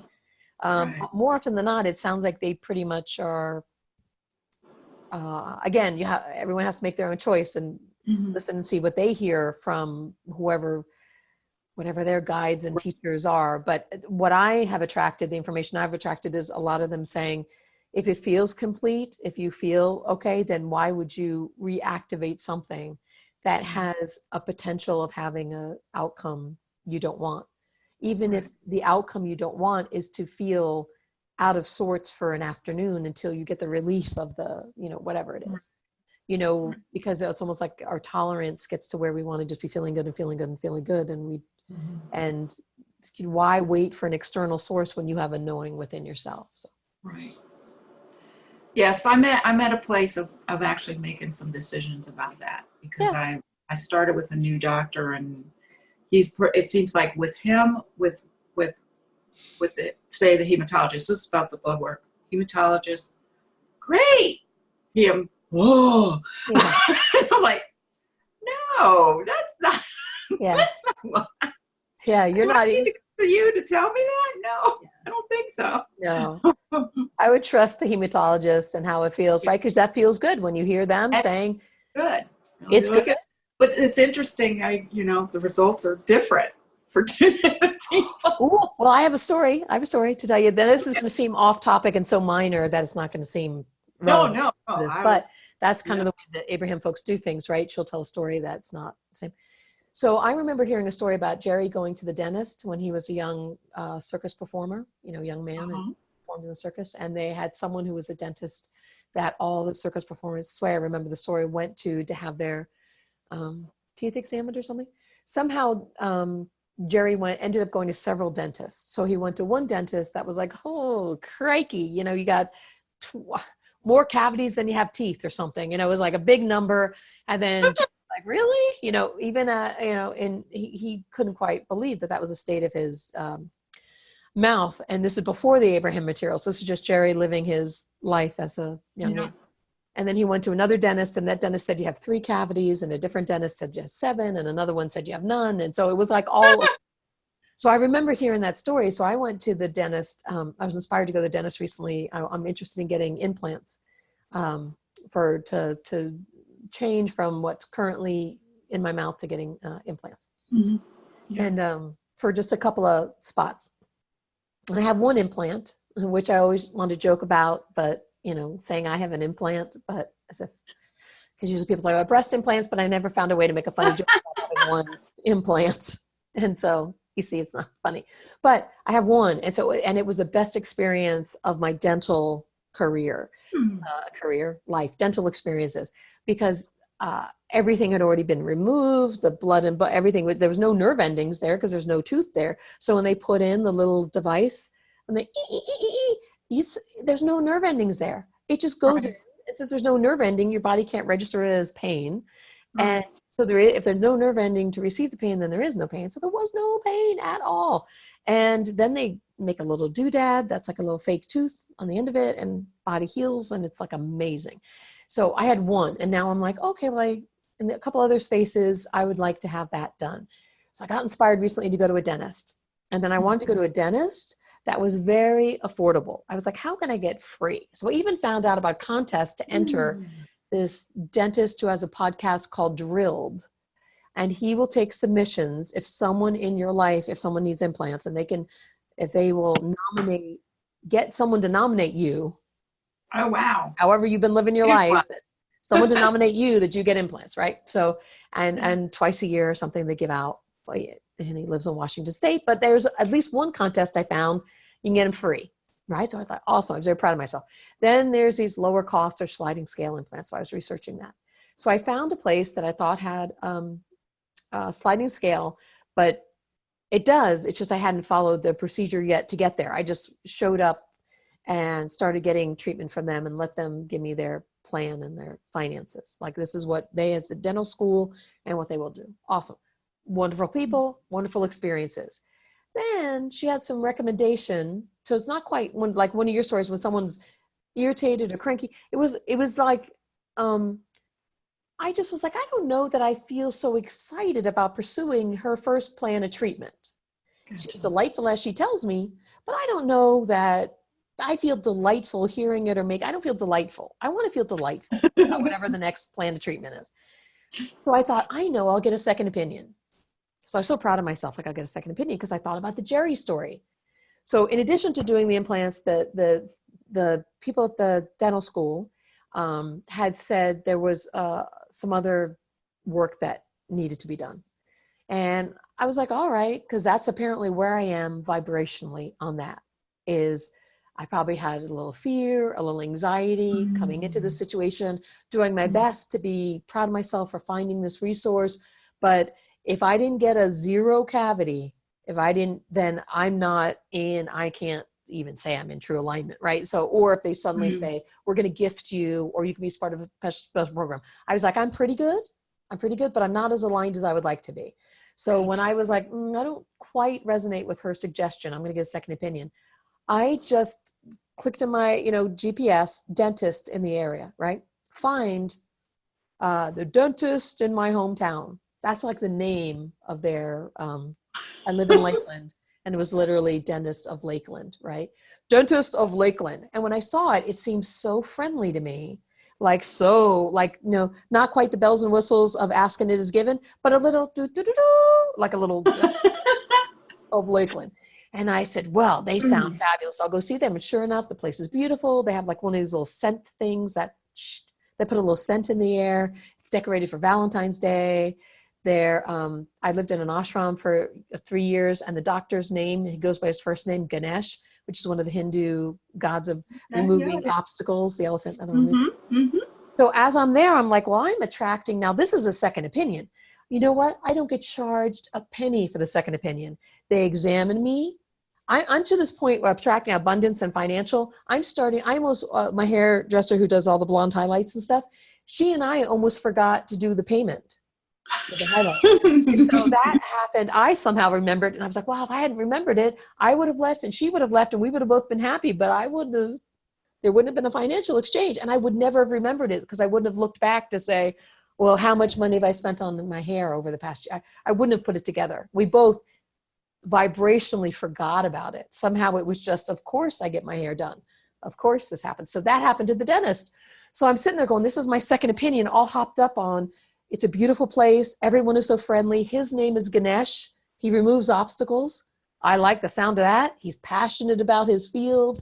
Everything seems in alignment. I'm loving it, having a great time. I make an appointment to come for a new patient exam where they'll do the whole mouth exam. But for that special thing I wanted the opinion for, his opinion was the same as the other dentist, the UF dentist, the dental school. Same opinion. But I got this whole other exposure to this other office and where I am now vibrationally with the outlook. Because I was like, It's a little bit of a spa place. It's a 10-minute drive instead of an hour and a half drive. That was a Wow. beautiful drive over the water and bridges. That was beautiful, but this is even better. This is interesting. So I thought, I wonder how it'll be when I go for the full mouth exam. Okay. If I'm Yeah. doing the Jerry thing, and if I'm as an indicator of my higher vibration about this, because now I'm not going into it, I hope everything's okay. I'm in alignment, I think. I'm going into it, well, so far, so good. Much more relaxed, much more Yeah. open. Let's see what happens. Sure enough, they do the whole Right. mouth exam. He has lots to say about his opinion about implants, da da da da da. Doesn't say anything else except for discussing about the implants and make an appointment. Mhm. Okay. Meanwhile, they took a whole mouth of x-rays. I got to meet the wonderful woman who looks like a millennial, but her child is a millennial. I'm like, whatever you're doing is awesome. I like what I'm Wow. seeing. Vibrant, youthful energy. Whole experience was awesome, right? I am getting ready to leave, but still in the exam chair. And it occurs to me that this dentist did not say anything else about any other treatment needed. I'm just going to ask. So I said, so he didn't mention, meanwhile, my x-rays are up. They have this whole technology thing, computer screen. You have old school kind of x-rays, and you have full mouth pictures. And it's like this whole thing, like website of my mouth. And indicators are on the different teeth and what the plan was for the implants. And I said to the woman who was talking about the financial things, how they had this discount plan and all this stuff. And I said, I didn't hear him mention anything about any additional work that would need to be done. And she goes, oh, yeah, no, he didn't. And I poked it a little bit. So really just the implants? Yeah, the deep cleaning, the implants, yeah, just the, okay. And I was like, inside I was giddy. Like the first dentist where I was, right? Because I believe that's my energy. If my energy was more fearful, then it could only manifest. She had to see there was something wrong because I was worried there was something wrong. A Right. little bit. Nothing was catastrophic. A little here, a little there, a little touch. I didn't even really listen to what they were describing when she was describing what other things needed to be done. I was like, well, we'll look at it later in another treatment plan. But the doctor, where I used it as, hey, I had the inspired idea, still meditating every day, still doing the things that they recommend, being an appreciation. Now I looked at it as, let me back up. The first dentist was before my brother croaked. When there was, and I was telling my husband, it seems a little bit harder for me, or has in the past, when they're in physical form and I have a worry that they might croak. Right. It seems to feel worse to me than when I was actually croaking. Right. When it was actually happening, that was a blissful experience. When I was worried, when I felt like, well, I don't want, why is he deciding to end this party? I don't know if I'm ready for this. Okay, I guess I better be ready. And then I lined up and it was blissful. But when I first saw the dentist, not only was there things about this particular visit, but it was also in general, my vibration was a little more, I'm working to keep it up, but I'm consciously working to keep it up. And again, it was not catastrophic. Right. Yeah. Yeah. I But understand. after croaking, still renewing my practice of meditation, nothing else. And guess what? I leave that day without paying a red cent. And I don't say, how much do I owe you? I just say, let's make an appointment for the periodontist who's going to come in. Now the periodontist, they said, well, with that appointment, they like to have a deposit. And then because it's a specialist coming into the office, they want to make sure to book that. I'm like, oh, okay. And I said, well, if I found out I qualify for this other thing ahead of time, could I cancel and then get my money back? Sure, no problem. I said, okay, because I got a lot of irons in the fire about what's the easiest path for this to come. And so maybe I'm going to get accepted into this special program. And so they said, no problem. But yeah, first for the special, have you ever heard, like if you had something you needed to go to for a dentist for, most people would be thinking about money. I can't even say most people. I had the belief I'd be thinking about money. But I got out of my own way. All of a sudden things That's great. That's great. You're giving me ideas. Freebie. I just said, and I went, this dentist, dentist of Lakeland. It sounds like that would, now they have prices on things. New patient visit, special price of $69, whatever they say, includes that. But no one, and I think it's probably just good marketing. They say, well, if she's going to get her implants here, that's not nickel and dimer. Right. Maybe she'll go running back to the other thing.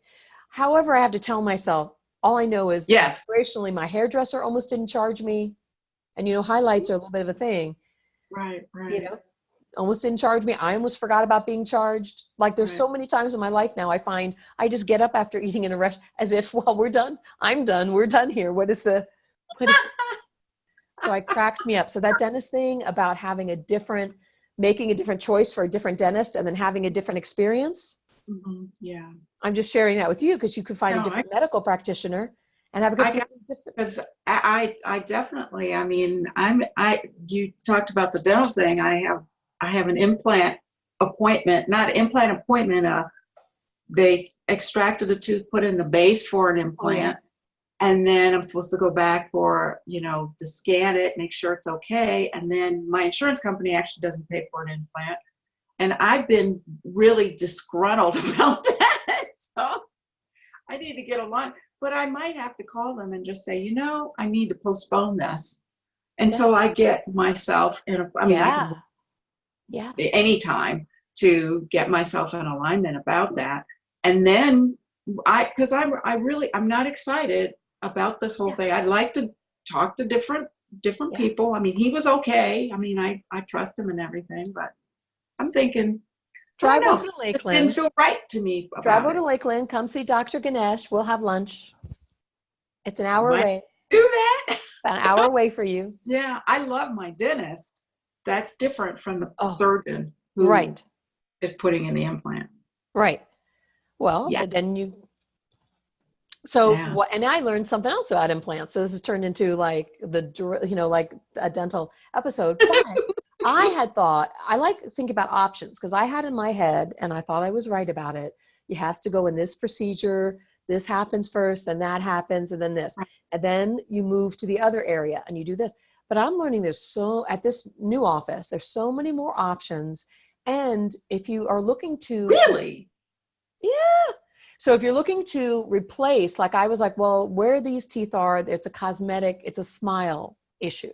So I said, I want to be able to smile and while they're being repaired, because initially, like the way I understand it, first the tooth is extracted and then blood and bone is put back in so that the body can heal. And then it's a nice firm thing 4 or 6 months later, then they can put the screw in and then the body just forms around that screw, just like it was a root of a tooth. And then they put the thing on. So I was wondering, what am I going to do when it's in the healing process for those months? And how is it cosmetically going to be satisfactory for me? Gotcha. Well, there's all sorts of solutions for little fake teeth that are pop in that provide a cosmetic or maybe even a biting surface that someone could do as they're waiting on their body to heal. But I don't think there's any, this one I'm going to ask the periodontist, what occurred to me is just because you can get the implant at 6 months, could you wait a year? Could you wait a year and a half?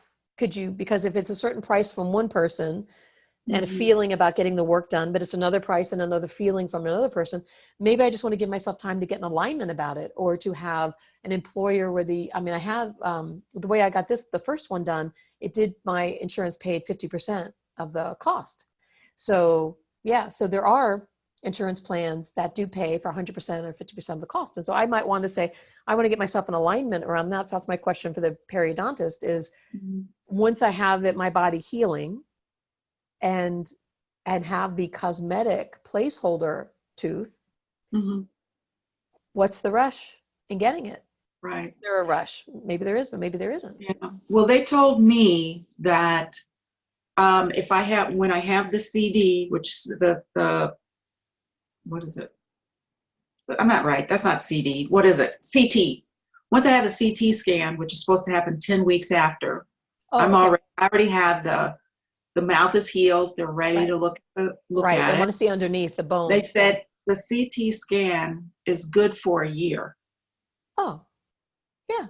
Good for you. So I'm assuming that if a CT scan is good for a year, an implant is good. You could have an implant within that year. Right. I think you could even wait longer is what I'm thinking. Not that it's possible. You might have to have another CT scan to show. Right.